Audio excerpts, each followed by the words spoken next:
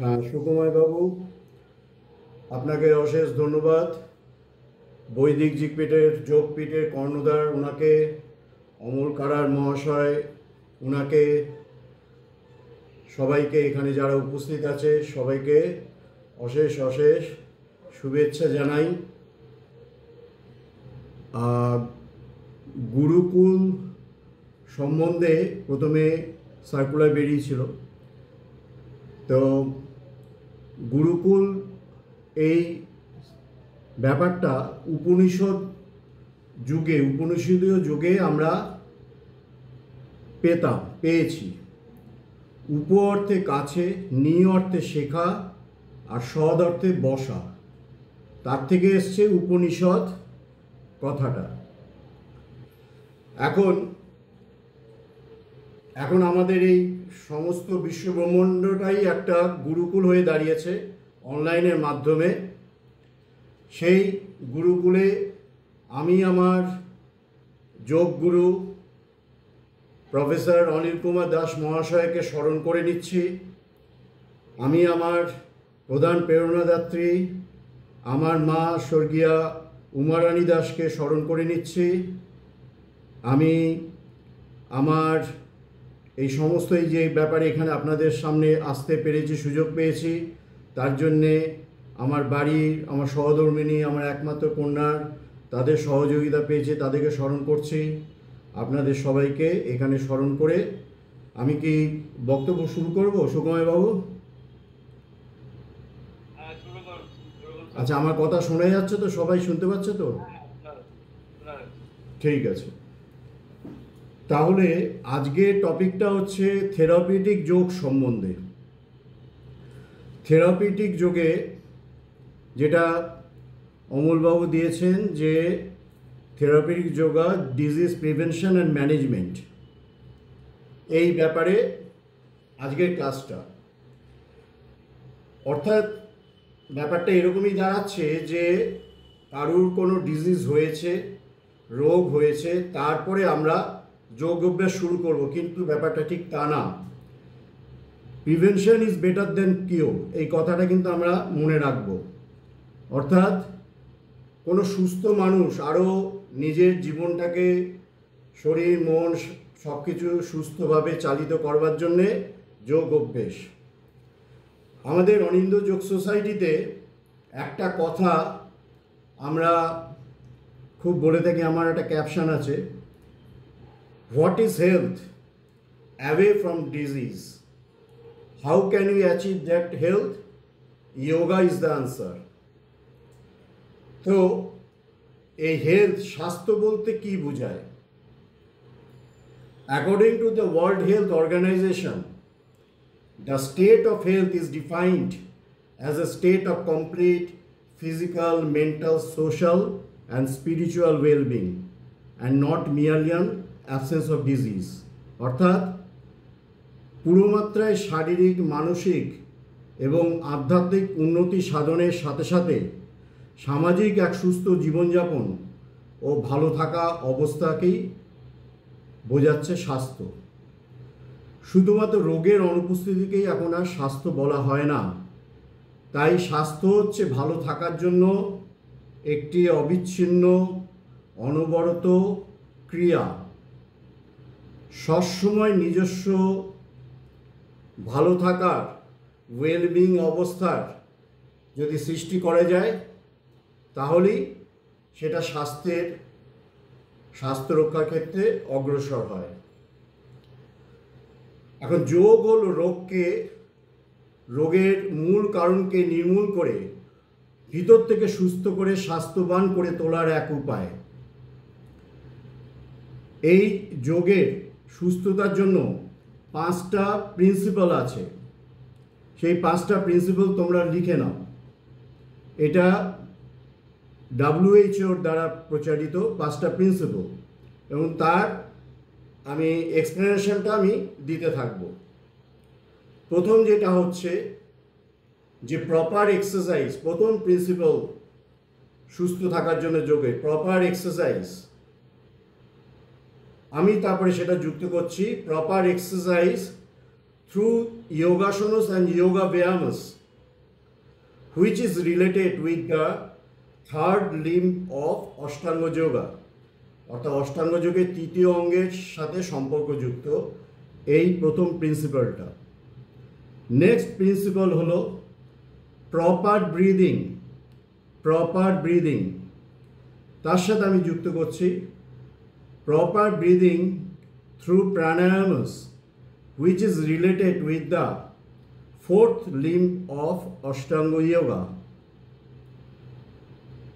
এবার থার্ড যে প্রিন্সিপালটা হলো সেটা হচ্ছে প্রপার থিঙ্কিং অ্যান্ড মেডিটেশন।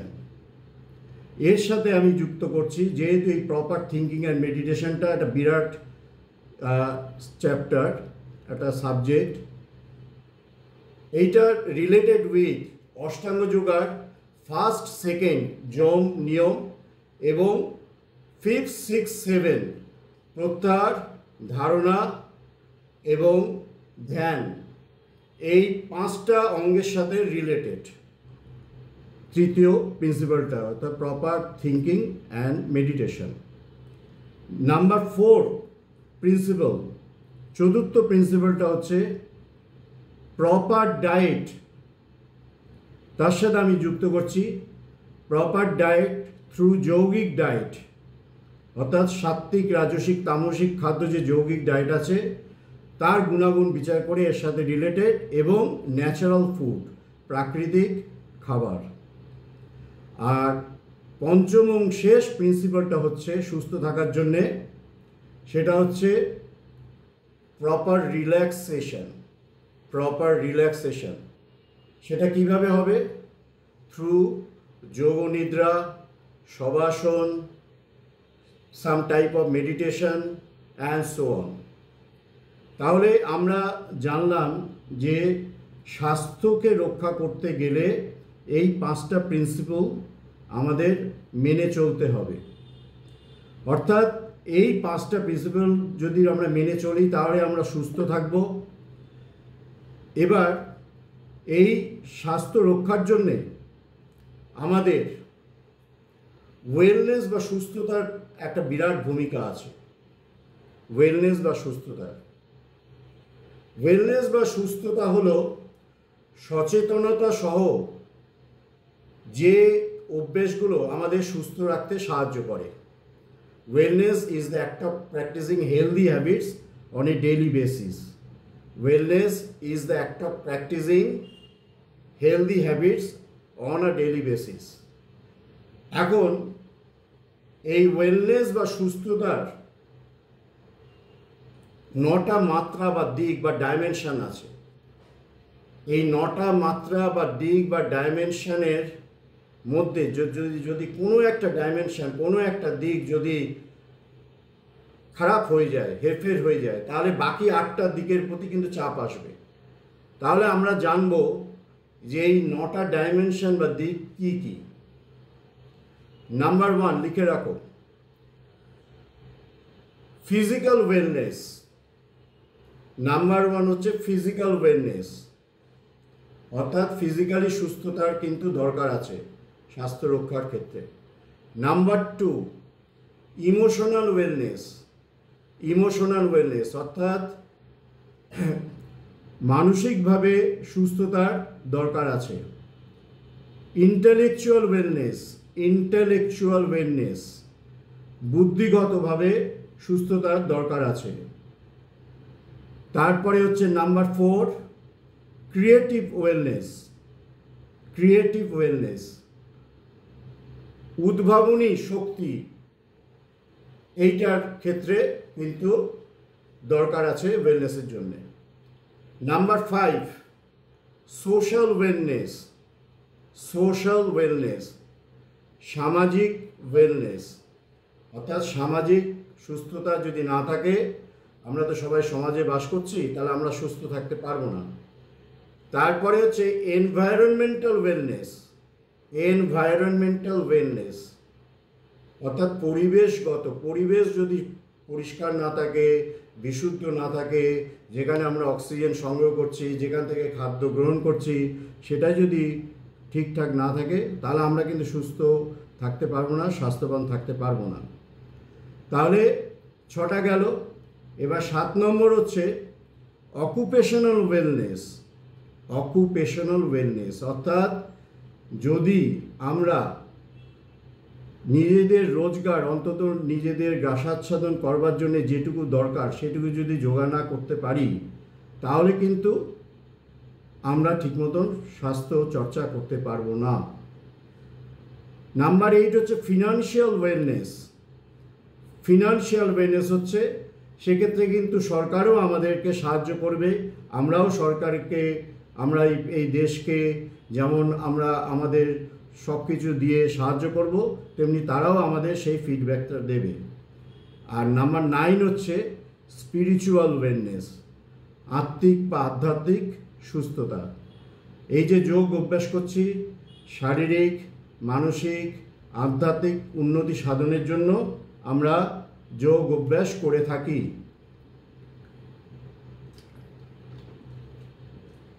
এখন প্রশ্ন হলো, এই যে সুস্থতা, ওয়েলনেস বা স্বাস্থ্য যাকে ঘিরে, সেই দেহ বা শরীর হলো মন, প্রাণ এবং প্রাকৃতিক শরীর বা পঞ্চতত্ত্ব বা পঞ্চমহাভূত, অর্থাৎ ক্ষিতি, অপ, তেজ, মরুত, বোম। আশা করি এটা জানো, যারা জানো না লিখে রাখতে পারো। ক্ষিতি, অপ, তেজ, মরুত, বোম, এই 5টা প্রাকৃতিক আইটেম নিয়ে সবাই মিলে সংঘবদ্ধভাবে আমাদের এই দেহ বা শরীর কিন্তু সৃষ্টি হয়েছে।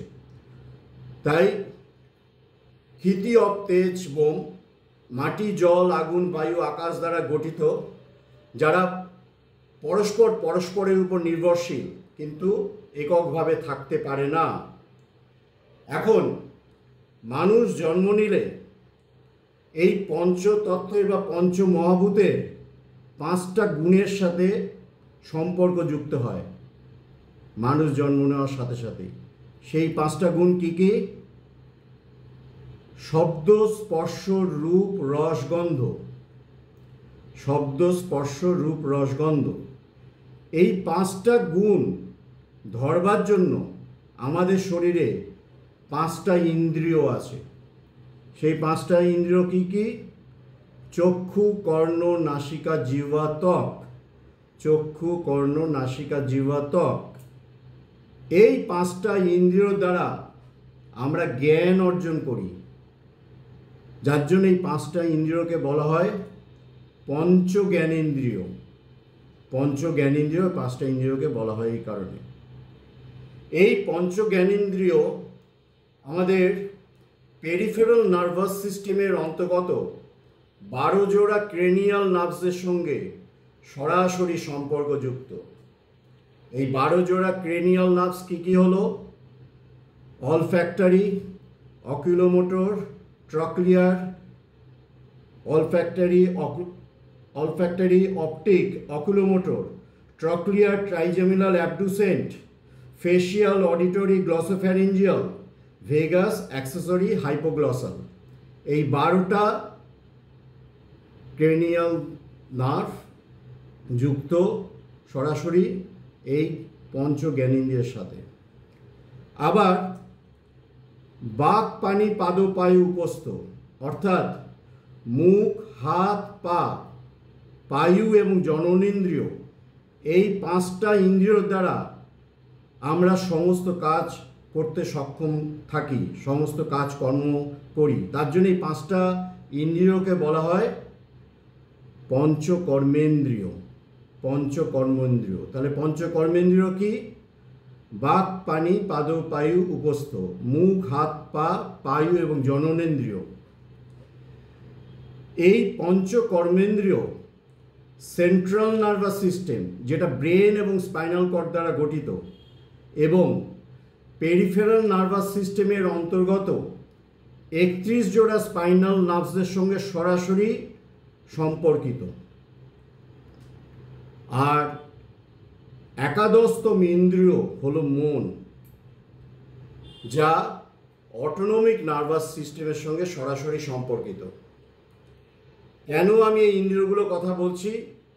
আমরা অনেক কিছু শিখি, অনেক কিছু করি সুস্থ থাকার জন্যে, কিন্তু আমাদের যৌগিক শাস্ত্রে এই একাদশটি ইন্দ্রিয় অর্থাৎ 11টা যে ইন্দ্রিয় আছে, সেই ইন্দ্রিয়গুলোকে যদি বুঝে আমরা যদি যোগাভ্যাস করতে পারি, আমাদের শরীর অটোমেটিক্যালি সুস্থ থাকবে। সুতরাং তাহলে আমরা কি বুঝলাম? যে এই পঞ্চ জ্ঞানেন্দ্রিয় সুস্থতা যদি করতে পারি, তাহলে আমাদের পেরিফেরাল নার্ভাস সিস্টেমের অন্তর্গত 12 জোড়া ক্রেনিয়াল নার্ভসের পিউরিফিকেশন সুস্থতা করতে পারবো। যদি পঞ্চ কর্মেন্দ্রিয়ের আমরা যদি সুস্থতা দান করতে পারি, তাহলে central nervous system, brain, spinal cord এবং পেরিফেরাল নার্ভাস সিস্টেমের অন্তর্গত 31 জোড়া স্পাইনাল নার্ভসের শুদ্ধিকরণ করতে পারবো। আর একাদশতম ইন্দ্রিয় মনের দ্বারা অটোনমিক নার্ভাস সিস্টেমের শুদ্ধিকরণ করতে পারবো। তাহলে এই 11টা ইন্দ্রিয় কি লিখে নাও। 11টা ইন্দ্রিয় যদি তোমাদের বলা হয় যে যৌগিক শাস্ত্রে অ্যাকচুয়ালি 11টা ইন্দ্রিয় কি ইন্দ্রিয়? পঞ্চ জ্ঞানেন্দ্রিয়, চক্ষু, কর্ণ, নাসিকা, জিহ্বা, ত্বক। পঞ্চ কর্মেন্দ্রিয়, বাক, পানি, পাদ, পায়ু, উপস্থ অর্থাৎ মুখ, হাত, পা, পায়ু এবং জননেন্দ্রিয়। এবং একাদশতম ইন্দ্রিয় হলো মন। এই 11টা ইন্দ্রিয়কে যদি আমরা সুস্থতা প্রদান করতে পারি, তাহলে আমরা সুস্থ থাকতে পারব। এবার আমি এই 11টা ইন্দ্রিয় সম্বন্ধে স্পেসিফিক্যালি কয়েকটা আইটেম বলছি, তোমাদের যাদের ইচ্ছা সেটা লিখে রাখতে পারো। যেমন পঞ্চ জ্ঞানেন্দ্রিয় কি? প্রথমটা হচ্ছে চক্ষু, চোখ ঠিক রাখবার জন্য আমরা ত্রাটক পদ্ধতি অভ্যেস করতে পারি। কর্ণ, কান ঠিক রাখবার জন্য আমরা ভ্রামরী প্রাণায়াম অভ্যেস করতে পারি। চক্ষু, কর্ণ, নাসিকা, তারপরে নাসিকা যদি ঠিক রাখতে হয়, অর্থাৎ দুটো ন্যাসাল সেপ্টাম আছে, সেখান দিয়ে দুটো নাড়ি আমাদের প্রবেশ করেছে, সেই জায়গায় অবস্ট্রাকশন থাকলে ঠিক মতন আমাদের এনার্জি কখনো ইনহেলিং হবে না। তাহলে তার জন্য অনুলোম বিলোম প্রাণায়াম আমরা অভ্যেস করতে পারি। অল্টারনেট নস্ট্রিল ব্রিদিংয়ের প্রচুর প্রকার আছে, আমরা যেটা একদম সূক্ষ্মভাবে প্রথম যেটা জানি অনুলোম বিলোম সেটাই বললাম। এরপরে চক্ষু, কর্ণ, নাসিকা, জীব যদি সিংহাসন অভ্যেস করা যায় উইথ সাউন্ড অথবা উইদাউট সাউন্ড, যে কোনো পশ্চার, অনেকগুলো পশ্চারে সিংহাসন করা যায়, যদি করা যায় তাহলে জীব এবং তার স্বাদ গ্রহণ কেন্দ্রগুলো ঠিক থাকে। তার সাথে সাথে আরও অনেক কিছু। আর তাহলে চক্ষু, কর্ণ, নাসিকা, জিহ্বা, ত্বক, 4টে আইটেম কী কী করলে সুস্থ থাকে বলে দিলাম। আর হচ্ছে ত্বক, এই ত্বক ঠিক রাখবার জন্যে ধ্যান, মেডিটেশন এবং বিভিন্ন প্রাণায়াম করা যায়। সেই প্রাণায়ামগুলো করে আমরা যদি আনন্দ অনুভব করি, স্যাটিসফ্যাকশন পাই, অটোমেটিক্যালি ত্বকের ঔজ্জ্বল্য বাড়ে। তাহলে পঞ্চ জ্ঞানেন্দ্রিয় শুদ্ধিকরণের জন্যে আমি 5 প্রকার প্রসিডিওর কথাটা বললাম। একজনকে অনুরোধ করছি, ঈশা নাম দেখতে পাচ্ছি, অডিওটা একটুখানি প্লিজ অফ করে রাখবেন। আচ্ছা, নেক্সট যেটা হচ্ছে বলার ছিল, এবার হচ্ছে পঞ্চকর্মেন্দ্রিয় কি? মুখ, হাত, পা, বায়ু এবং জননেন্দ্রিয়। মুখ যদি ভালো রাখতে হয়, যদি বয়সটাকে ধরে রাখতে হয়, তাহলে ফেসিয়াল অনেক যোগা আছে। একটুখানি চেষ্টা করলে, ভালো গুরু সংস্পর্শে গেলে ফেসিয়াল যোগাই কথাটা লিখে রাখো, গুগল সার্চ করলেও পেয়ে যাবে। কিন্তু অনেক সময় অনেক কিছু মানে ঘুরিয়ে ফিরিয়ে ওখানে লেখা আছে, বুঝে করতে হবে, যার জন্য গুরুর দরকার। মুখ, তারপরে যে হাত আমাদের জয়েন্টগুলোকে বেস করে কিন্তু আমাদের শরীর সুস্থ রাখা দরকার। হাতের যেমন shoulder joint, elbow joint, wrist joint, finger joint ইত্যাদি সূক্ষ্ম ব্যায়াম আছে, সেগুলো করা যায়। তারপরে ধরা যাক অঙ্গুষ্ঠাসন অভ্যেস করা যায়, উত্থিত পদ্মাসন অভ্যেস করা যায়। এরকম হাতের উপর ভুজঙ্গাসন, মানে মাটিতে হাত রেখে যে ভুজঙ্গাসন, সেইটা করা যায়। ভুজঙ্গাসন অনেক প্রকারের আছে। তো এরকম হাতের উপর প্রেশার দিয়ে কিন্তু কোনো রকমভাবে যেন শারীরিক অসুবিধা না হয় সেটা খেয়াল রাখতে হবে। তাহলে হাত সুস্থ রাখবার জন্য বলে দিলাম। এবার তাহলে কি হলো, মুখ হাত পা, এবার হাত হয়ে গেল, মুখ হাত পা। পায়েরও তেমনি সূক্ষ্ম ব্যায়াম, পেলভিক জয়েন্টে সূক্ষ্ম ব্যায়াম আছে, হাঁটুর সূক্ষ্ম ব্যায়াম আছে, অ্যাঙ্কেল জয়েন্টে সূক্ষ্ম ব্যায়াম আছে। তাছাড়া উৎকটাসন, বৃক্ষাসন, গরুরাসন, এই সমস্ত আসন, পদ্মাসন, বজ্রাসন, এই সমস্ত আসন পা সুস্থ রাখতে সাহায্য করে। তাহলে মুখ হাত পা হয়ে গেল। এবার হচ্ছে পায়ু, মলদ্বার ঠিক রাখবার জন্যে ডাইরেক্ট আমরা যদি মুদ্রা অভ্যেস করি, অশ্বিনী মুদ্রা আছে, অশ্বিনী মুদ্রা করতে পারি। মূলবন্ধ মুদ্রা আছে, মূলবন্ধ মুদ্রা করতে পারি। এবার জননেন্দ্রিয়র ক্ষেত্রে যেটা, যেমন পুরুষের বজ্রলি মুদ্রা অভ্যেস করা যায়। আর পুরুষ মহিলা দুজনেই শক্তিচালিনী মুদ্রা অভ্যেস করা যায়। মহিলাদের ক্ষেত্রে শক্তিচালিনী মুদ্রা ভীষণ উপকারী। তো এগুলো শিখতে হবে। এগুলো শিখে অভ্যেস করলে কি হবে, তাহলে এই 10টা ইন্দ্রিয় কিন্তু আমরা ঠিকঠাক রাখতে সমর্থ হব। এবার একাদশতম ইন্দ্রিয় কি দাঁড়াচ্ছে, মনকে ঠিক রাখবার জন্যে বিভিন্ন প্রকার মেডিটেশনের প্রচলন আছে সারা পৃথিবীতে, কিন্তু কোনটা তোমার ক্ষেত্রে স্যুট করবে সেটা তুমি তোমার গুরুর কাছে গিয়ে নির্দেশ করবে, জানতে চাইবে যে তোমার শারীরিক এই প্রবলেম আছে, তিনি ঠিক করে দেবেন সেইগুলো। তো এই 11টা ইন্দ্রিয়কে কি করে সুস্থ রাখা যায় সেই সম্বন্ধে কিন্তু আমি বলে দিলাম। এই 11টা ইন্দ্রিয় ছাড়া এবার বাকি যে অন্যান্য অঙ্গগুলো আছে, যে ইন্টারনাল, যে হার্ট, লাংস, কিডনি, স্প্লিন ইত্যাদি যে সমস্ত অর্গানগুলো আছে আমাদের ইন্টারনাল, যদি আমরা এই 11টা ইন্দ্রিয়কে যদি ঠিক রাখবার জন্য অভ্যাস করি ওই আইটেমগুলো, অটোমেটিক্যালি ওরাও ঠিক হবে, ওরা ঠিক হবে। যেমন পেলভিক জয়েন্টের যদি আসন যদি বলি, তাহলে সেক্ষেত্রে যেমন শলভাসন আছে, তারপরে নৌকাসন আছে, অর্ধচন্দ্র আসন আছে, ইত্যাদি অনেক আসন আছে যেগুলো পেলভিক জয়েন্ট যদি ঠিক থাকে। এবং তার সাথে সাথে ওই রিজিয়নে আমাদের একটা ভীষণ জরুরি অর্গান বসে রয়েছে, কিডনি কিন্তু সুস্থ থাকতে সাহায্য হবে। এইবার আমি ডাইরেক্ট যোগ থেরাপি ব্যাপারে চলে আসছি।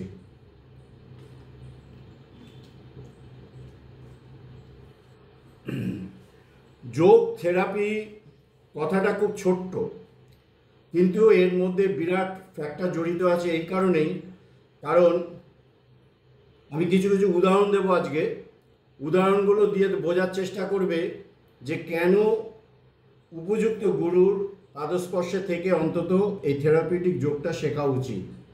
কারণ শুধু আসন করা বা স্পেসিফিক্যালি আমি যেমন আছে মানে অষ্টকুম্ভ প্রাণায়াম পদ্ধতি, সেগুলো কি কি, সূর্যবেদ, উজ্জায়ী, শীতকারী, শীতলী, ভস্ত্রিকা, ভ্রামরী, মূর্ছা, প্লাবিনী, বা অনেক এমনি ডিপ ব্রিদিং আছে, বজ্রাসন ডিপ ব্রিদিং আছে, ভুজঙ্গাসন ডিপ ব্রিদিং আছে, পবনমুক্তাসন ডিপ ব্রিদিং আছে, এগুলো অনেক আছে, বা সহজ প্রাণায়াম আছে নানা রকম।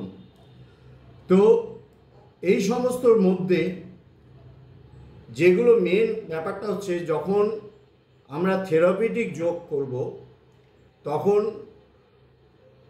রোগীর প্রকৃতি অনুযায়ী কিন্তু আমরা যোগ অভ্যাসের চার্ট তৈরি করব, রোগীর প্রকৃতি অনুযায়ী। অর্থাৎ রোগটা অ্যাকিউট না ক্রনিক। অ্যাকিউট বলতে কি বোঝাচ্ছে, হঠাৎ করে কোনো রোগের সৃষ্টি হলো, 2-3 দিন থাকে কি 4 দিন থাকে, তারপরে আস্তে আস্তে রেমিশন হতে থাকে, that is called acute disease. কিন্তু যখন ক্রনিক, অর্থাৎ সেই ডিজিজটা মোর দ্যান 7 ডেজ যদি হতে থাকে, তাহলে সেটা ক্রনিক পর্যায়ে যায় এবং তার কোনো লিমিটেশন নেই। সুতরাং সেই রোগটা অ্যাকিউট না ক্রনিক সেটাকে আগে বিচার করতে হবে। তারপর সেই রোগের কারণ, বিভিন্ন কজেস, কি কি কজের জন্যে ওই রোগটা হয়েছে সেইটা আমাদের দেখতে হবে। ওই রোগটা হয়েছে তার লক্ষণগুলো কি, সিমটমগুলো কি, সেইগুলো দেখতে হবে। এইবার ওই রোগটা যার হয়েছে সেই রুগীর তার বয়স দেখতে হবে, তার দেহের গঠন দেখতে হবে, সে মোটা না পাতলা, না একটুখানি মেরুদণ্ড একটু এদিক ওদিক বেঁকে আছে ইত্যাদি, সেই অনুসারে তাকে প্রেসক্রাইব করতে হবে। তার শারীরিক সক্ষমতা কতটা আছে। আমরা থিওরিটিক্যালি অনেক পড়বো যে এই আসনটা করলে এত রোগ সেরে যায়, কিন্তু ওই আসনটা করবার মতন উপযুক্ততার সময় আসেনি।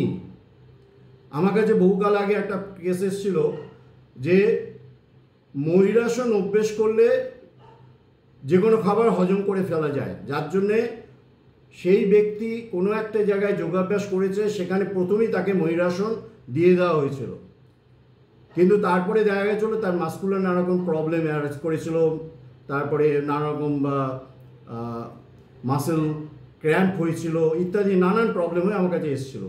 তাই আমি জিজ্ঞেস করেছিলাম কী, তখন দেখা গেলো ময়ূরাসন টাইপের, অর্থাৎ সেই একেবারে পুরো যেটা লাস্ট মোমেন্টের, অর্থাৎ আমার অবস্থাটা এখন আমার এলিজিবিলিটি হচ্ছে ক্লাস 2-3 মতন, কিন্তু আমাকে দিয়ে দেওয়া হয়েছে ক্লাস 10-এর পড়া। সুতরাং আমাকে বুঝতে হবে আমি ময়ূরাসন তাকে দেওয়ার মতো তার নেওয়ার ক্ষমতা আছে কি না। তাহলে এই ব্যাপারগুলো আছে। তারপরে যেটা দেখতে হবে রোগীর সাইকোলজিক্যাল মেন্টাল স্ট্যাটাস কীরকম। আমি করব না, ভালো লাগছে না, করতে পারছি না, আমার টাইম নেই, তাহলে কী করে সারবে। সুতরাং যার কম সময় তাকে কম সময়ের জন্যে একটা প্রেসক্রিপশন তৈরি করতে হবে, যার একটু বেশি সময় আছে তার বেশি। কিন্তু জেনারেলি আমার অভিজ্ঞতা থেকে দেখেছি মিনিমাম 20 মিনিট থেকে ম্যাক্সিমাম 40 মিনিটের একটা প্রজেক্ট ওয়ার্ক যে মানুষটা সুস্থতার জন্য আমার কাছে আসছে তাকে দেওয়া দরকার। মিনিমাম 20 মিনিট তাদেরকেই দেওয়া যাদের অত্যন্ত স্ট্রেসফুল লাইফ, সময় বেশি নেই তাদের জন্যে, কিন্তু সেইখানে দেখতে হবে তার কী কী প্রয়োজন আছে। এবার আমি চার্টটা করব কি করে, সেটা করতে গেলে আমি ডাইরেক্ট অষ্টাঙ্গ যোগাকে রিলেট করে এগোচ্ছি, তার মধ্যে আমি ডিজিজ নিয়ে আবার ফিরব তোমাদের বোঝার সুবিধার জন্যে। যেমন যখন যে রুগীকে আমি কোনো চার্ট করে দেব, কোনো তালিকা তৈরি করে দেবো, যৌগিক তালিকা, সেটা করবার জন্যে তার সংযম দরকার,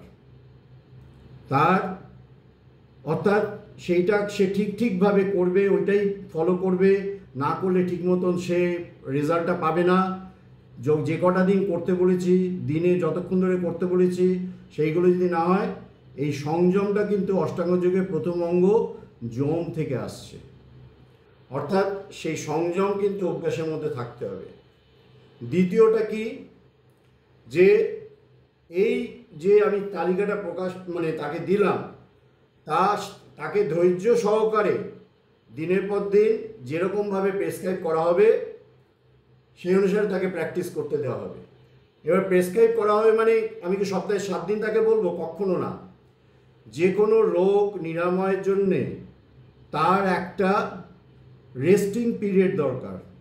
দেখা গেছে এটা স্ট্যাটিস্টিক্যালি প্রুফটা কি, যদি 7 দিন, যদি সপ্তাহের মধ্যে ম্যাক্সিমাম একটা মানুষ 4 দিন করলে মোর দ্যান সাফিসিয়েন্ট তার শরীরকে ঠিক রাখার। কারণ যদি 4 দিনের বেশি যদি হয়, 5 দিন কি 6 দিন অনেকে করে, অনেক জায়গায় শুনেছি 7 দিনই করে, তাহলে কিন্তু সেই মানুষের এন্ডিউরেন্স, আর একটা সময় এন্ডিউরেন্সের গ্রাফ থাকে তো, নিচ থেকে আস্তে আস্তে ওপরে ওঠে, তারপর আস্তে নামে, নামবেই, এবং সেই মানুষটা তাড়াতাড়ি বুড়িয়ে যাবে। সেই মানুষটা চোখে মুখে দড়ি পাকানোর মতন, যেরকম দড়ি পাকালে যেরকম সেরকম একটা সিচুয়েশন আসবে, বিচ্ছিরি লাগে সেগুলো। সুতরাং প্রত্যেকটা আইটেমের, যেমন আমরা জানি আসনের পর শবাসন, তেমনি যোগ অভ্যাসের যে তালিকাটা করব সেটা কিন্তু তারপরে একটা নির্দিষ্ট পিরিয়ড বা নির্দিষ্ট টাইম তার রেস্ট পিরিয়ড দরকার। তাহলে সেটা একটা তপস্যা। এটা অষ্টাঙ্গ যোগের দ্বিতীয় অঙ্গ নিয়মের মধ্যে অন্তর্নিহিত। নিয়মটা কি? শৌচ, সন্তোষ, তপস্যা, স্বাধ্যায়, ঈশ্বর প্রণিধান। অর্থাৎ এখানে ওই তপস্যা এখানে কিন্তু জড়িত থাকছে।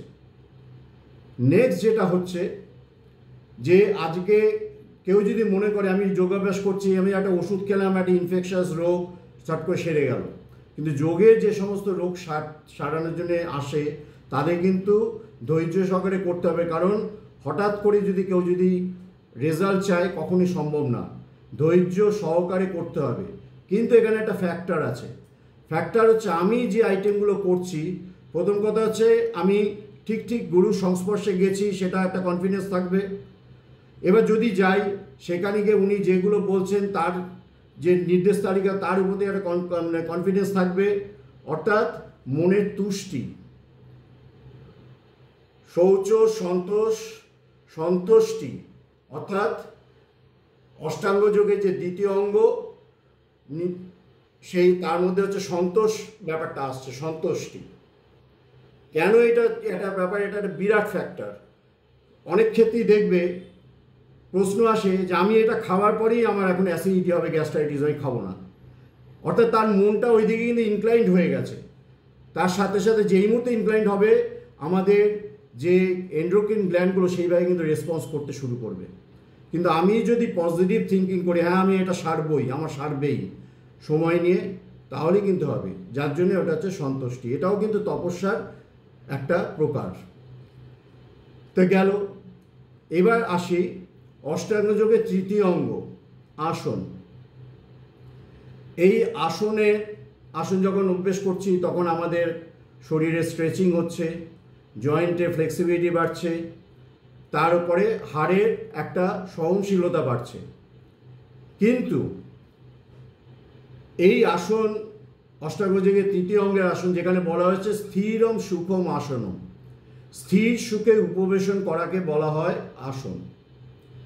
এখন এমন একটা আসন আমরা নির্বাচন করব ওই রোগের জন্য, ওই রোগীর জন্য, যে আসনটা করে ওই রোগের ক্ষেত্রে করবার জন্যে সে যে সুখ পাবে কিন্তু রোগটাও সারবে। এবার কিন্তু সেই আসনটা তার ঠিকভাবে কাজ করবে কিনা সেই ব্যাপারে আমি কিছু উদাহরণ দিচ্ছি। যেমন ধরা যাক অ্যালিমেন্টারি সিস্টেম, অর্থাৎ খাদ্যনালী সংক্রান্ত, মুখ থেকে পায়ু পর্যন্ত যে ইসোফেগাস থাকছে টোটালটা অ্যালিমেন্টারি সিস্টেম আন্ডারে যাচ্ছে। এই খাদ্যনালীর সংক্রান্ত কিছু রোগ, যেমন অ্যাসিডিটি, অর্থাৎ স্টমাকে অতিরিক্ত HCl সিক্রেশন যখন হয়, বা কনস্টিপেশন, মল যখন বের হয় না, বা কোলাইটিস, কোলনের প্রদাহ, বা গ্যাস্ট্রাইটিস, স্টমাকের প্রদাহ, বা ইনডাইজেশন, বদহজম, এই সমস্ত রোগের ক্ষেত্রে অনেক আসন আছে। একটা কমন আসন যেটা হচ্ছে, যেমন ধরো পশ্চিমোত্তানাসন অথবা পদহস্তাসন, এগুলো কিন্তু কাজ দেবে। কিন্তু এবার প্রশ্ন হচ্ছে, ওই মানুষটার যদি কোমরে ব্যথা থাকে, ঘাড়ে স্পন্ডিলোসিস থাকে, তাহলে কি তার দেওয়া উচিত? তার সেক্ষেত্রে দেওয়া হবে। এটা কিন্তু কন্ট্রা ইন্ডিকেশন, অর্থাৎ তার ক্ষেত্রে কিন্তু এটা চলবে না। সুতরাং আমি যখন তাকে কোনো একটা আসন ইয়ে করবো, অন্যান্য সাইডগুলো কিন্তু দেখতে হবে। আমি সেক্ষেত্রে কী দেবো? জোড়া পায়ে পবনমুক্তাসন দেবো, বা সিঙ্গেল পায়ে ডান পা বাঁ পা জোড়া পা পবনমুক্তাসন দিতে পারি। আমি তাকে দেব উত্থান পদাসন, কিন্তু উত্থান পদাসনে যদি কোমরে ব্যথা থাকে তাহলে কিন্তু প্রবলেম আসতে পারে। 30 ডিগ্রিতে রাখতে গেলে বেশি চাপটা আসে, সেক্ষেত্রে 45 ডিগ্রিতে রাখলাম, সেটা হতে পারে।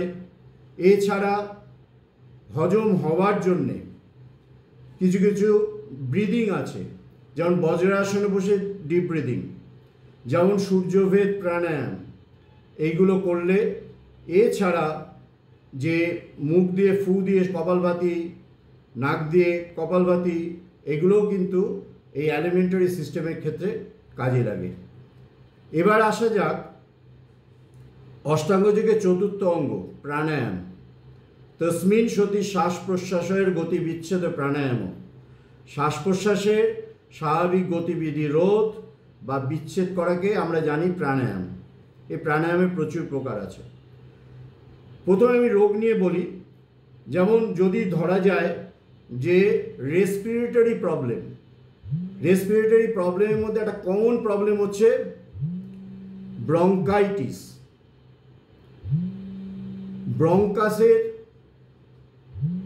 ঠিক মতন কাজ করছে না, তার জন্য ব্রঙ্কাইটিস আসছে। অথবা অ্যাজমাতে কি হয়, শ্বাস ছাড়তে কষ্ট হয়, ওখানে ব্রঙ্কাসে ইনফেকশন হয়, যার জন্য শ্বাস ছাড়তে কষ্ট হয়।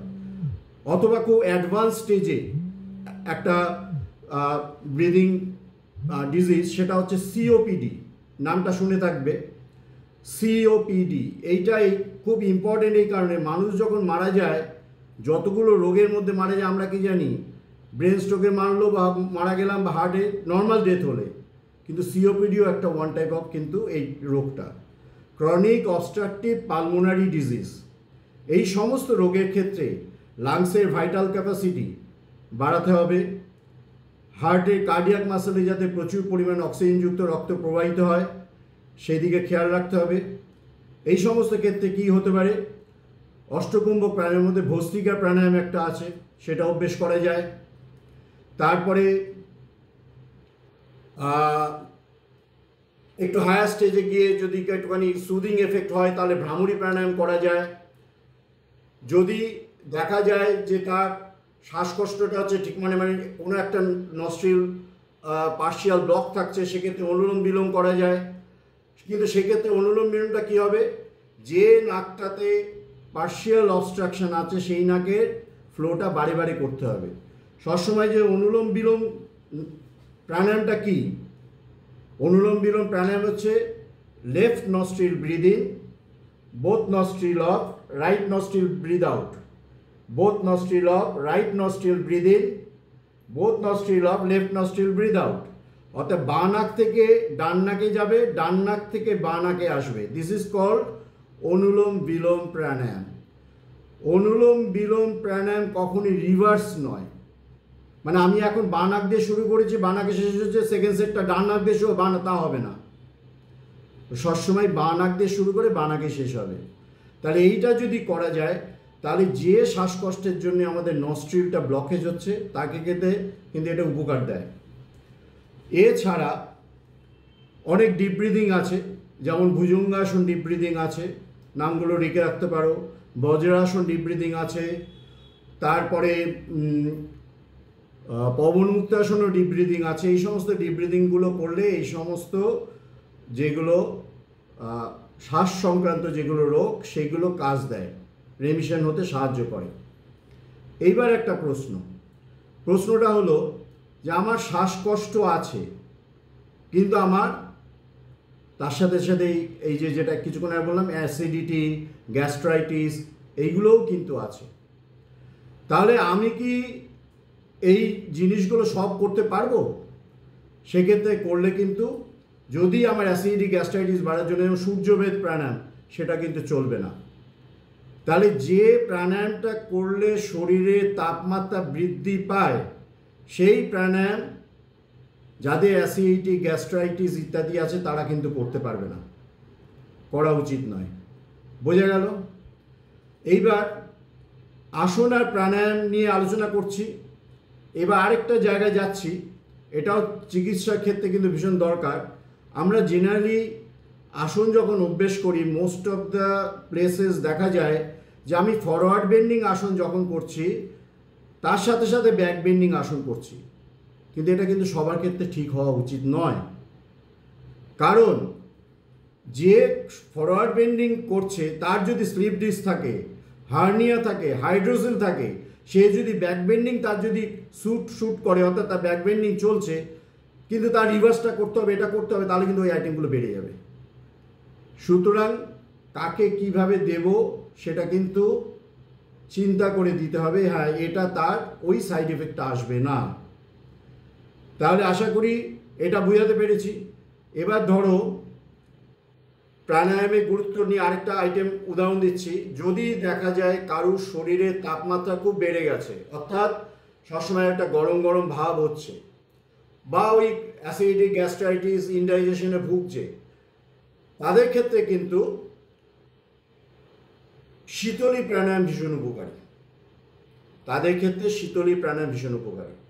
এবং যাদের ব্লাড প্রেশার বেড়ে যায়, বিশেষ করে due to cholesterol, bad cholesterol যদি বেড়ে যায়, সেক্ষেত্রে কিন্তু শীতলী প্রাণায়াম ওই কোলেস্টেরলটা কিন্তু নর্মাল রেঞ্জে নিয়ে যাওয়ার জন্য হেল্প করে, সাহায্য করে। কিন্তু সেই ব্যক্তি যদি আজকে সাইনোসাইটিস মাইগ্রেন যদি থাকে, ঠান্ডার ধাস থাকে, তার ওই রোগটাকে মানে ব্লাড প্রেশার বা ব্লাডের ওই ট্রাইগ্লিসারাইড বা এলডিএল ফ্যাক্টরগুলোকে যদি নর্মালাইজ করতে হয়, যদি সে শীতলী প্রাণায়াম করে, তাহলে ওগুলো কিন্তু বেড়ে যাবে। বোঝা গেল? এইভাবে কিন্তু একটুখানি তোমাদের স্টাডি করতে হবে যে কোন আসনের কী উপকারিতা এবং কন্ট্রা ইন্ডিকেশন। ইন্ডিকেশন মানে উপকারিতা, কন্ট্রা ইন্ডিকেশন মানে তার ওটা করা যাবে না। তাহলে এই গেল। তাহলে আসন আর প্রাণায়ামের প্রয়োগটা আমি আশা করি কিছুটা বোঝাতে পারলাম। এইবার আসি অষ্টাঙ্গ যোগের পঞ্চম অঙ্গ প্রত্যাহার। প্রত্যাহারটা কি? স্ব বিষয় সম্প্রয়োগভাবে চিত্তস্য স্বরূপানুকার ইবেন্দ্রিয়ানাং প্রত্যাহারও, অর্থাৎ মনের মধ্যে যে সমস্ত চিন্তা ভাবনা আসছে তার থেকে মনকে সরিয়ে কেন্দ্রীভূত করাকে বলা হয় প্রত্যাহার। অর্থাৎ বাইরের চিন্তা ভাবনা থেকে দূরে থাকাকে বলে প্রত্যাহার, অর্থাৎ withdrawal of senses from objects. এখন সুস্থতার জন্যে আমাদের ডায়েট, খাদ্য একটা বিরাট কিন্তু ফ্যাক্টর। আমাদের যৌগিক ডায়েট যেটা আছে সেখানে 3 প্রকার খাদ্য: সাত্ত্বিক, রাজসিক, তামসিক খাদ্য। সাত্ত্বিক রাজসিক বাঁচবার জন্য আমাদের দরকার। সাত্ত্বিকের একটা বিরাট গুণ আছে, ওটা আমি পরে বলছি। রাজসিক জ্ঞান মানে খাদ্য মানে আমরা দৈনন্দিন যে সমস্ত খাবারগুলো তৈরি করে খাচ্ছি, দ্যাট ইজ কল্ড রাজসিক। তামসিক খাদ্য কোনগুলো? তামসিক খাদ্য হলো সেই খাদ্যগুলো যদি আমি 7 দিন ধরে ফ্রিজে রেখে গরম করে করে করে খাই, প্রসেসড ফুড যদি খাই, দ্যাট ইজ কল্ড তামসিক। আর এই তামসিক খাদ্য যারা বেশি খায় তারাই সব থেকে বেশি ভোগে। কারণ কি করে ভোগে? তামসিক খাদ্য দেখা গেছে যারা বেশি খাচ্ছে, আমাদের রক্তে pH level, potential of hydrogen বলে একটা কথা আছে। এই potential of hydrogen pH level is greater than 7 হওয়া উচিত। কেন? কারণ রক্তের পিএইচ লেভেল, নর্মাল লেভেল হচ্ছে 7.35 টু 7.45, অর্থাৎ রক্তের গুণ হচ্ছে ক্ষারীয়, অ্যালকালাইন। তাহলে আমি যে সমস্ত খাবারগুলো খাবো সেইগুলো যদি আমাদের শরীরের রক্তের অ্যালকালাইন ধর্মটা যদি বাড়াতে পারি, আমি সুস্থ থাকবো। সমস্ত সবুজ ফল মূল, টক জাতীয় খাবার, দই, এগুলো সব সাত্ত্বিক খাবার। রাজসিক খাবারও কিন্তু আমাদের শরীরে রক্তের কাজ দেয়, কিন্তু এই তামসিক খাবার খেলে তাহলে দেখা যায় যদি কোনো কারণে ওই পিএইচ লেভেল যদি লেস দেন 7 হয়ে যায়, ব্লাড টেস্ট করলেই বেরিয়ে যায়, তাহলে সেই রোগটা বিভিন্ন রোগে ভুগতে বাধ্য হবে এবং সেই রোগটা পরবর্তীকালে ক্যান্সার মতন মারাত্মক রোগেও আক্রান্ত হতে পারে। সুতরাং প্রত্যাহার একটা বিরাট ফ্যাক্টর খাদ্যের ক্ষেত্রে, এবং অন্যান্য কী করবো সেগুলো আমি খাদ্য দিয়ে প্রত্যাহারটা বুঝালাম। এবং খাদ্যটার মধ্যে তামসিক খাবার যতটা বর্জন করতে পারবো, আমরা আমাদের সুস্থতার দিকে আমরা ততটা এগিয়ে যেতে পারবো। এইবার এই যে আসন, প্রাণায়াম, মুদ্রা, তার সাথে সাথে শটক্রিয়া আছে, ধৌতি, বস্তি, নেতি, ত্রাটক, নৌলি, কপালভাতি, শটক্রিয়া আছে। এই শটক্রিয়াগুলো যা কিছু করি তার একটা মনঃসংযোগ সহকারে, কনসেন্ট্রেশন সহকারে সবগুলো করা উচিত। আমি করছি, করবার সময় আমার পাশে ফোন আসছে, সেটাকে আমি আবার ধরে আবার আমি করছি, এই করলে কিন্তু কোনো দিন হবে না। তাহলে কনসেন্ট্রেশন, এই কনসেন্ট্রেশনটা কি? অষ্টাঙ্গ যোগের 6ষ্ঠ অঙ্গ, ধারণার সাথে সম্পর্কযুক্ত।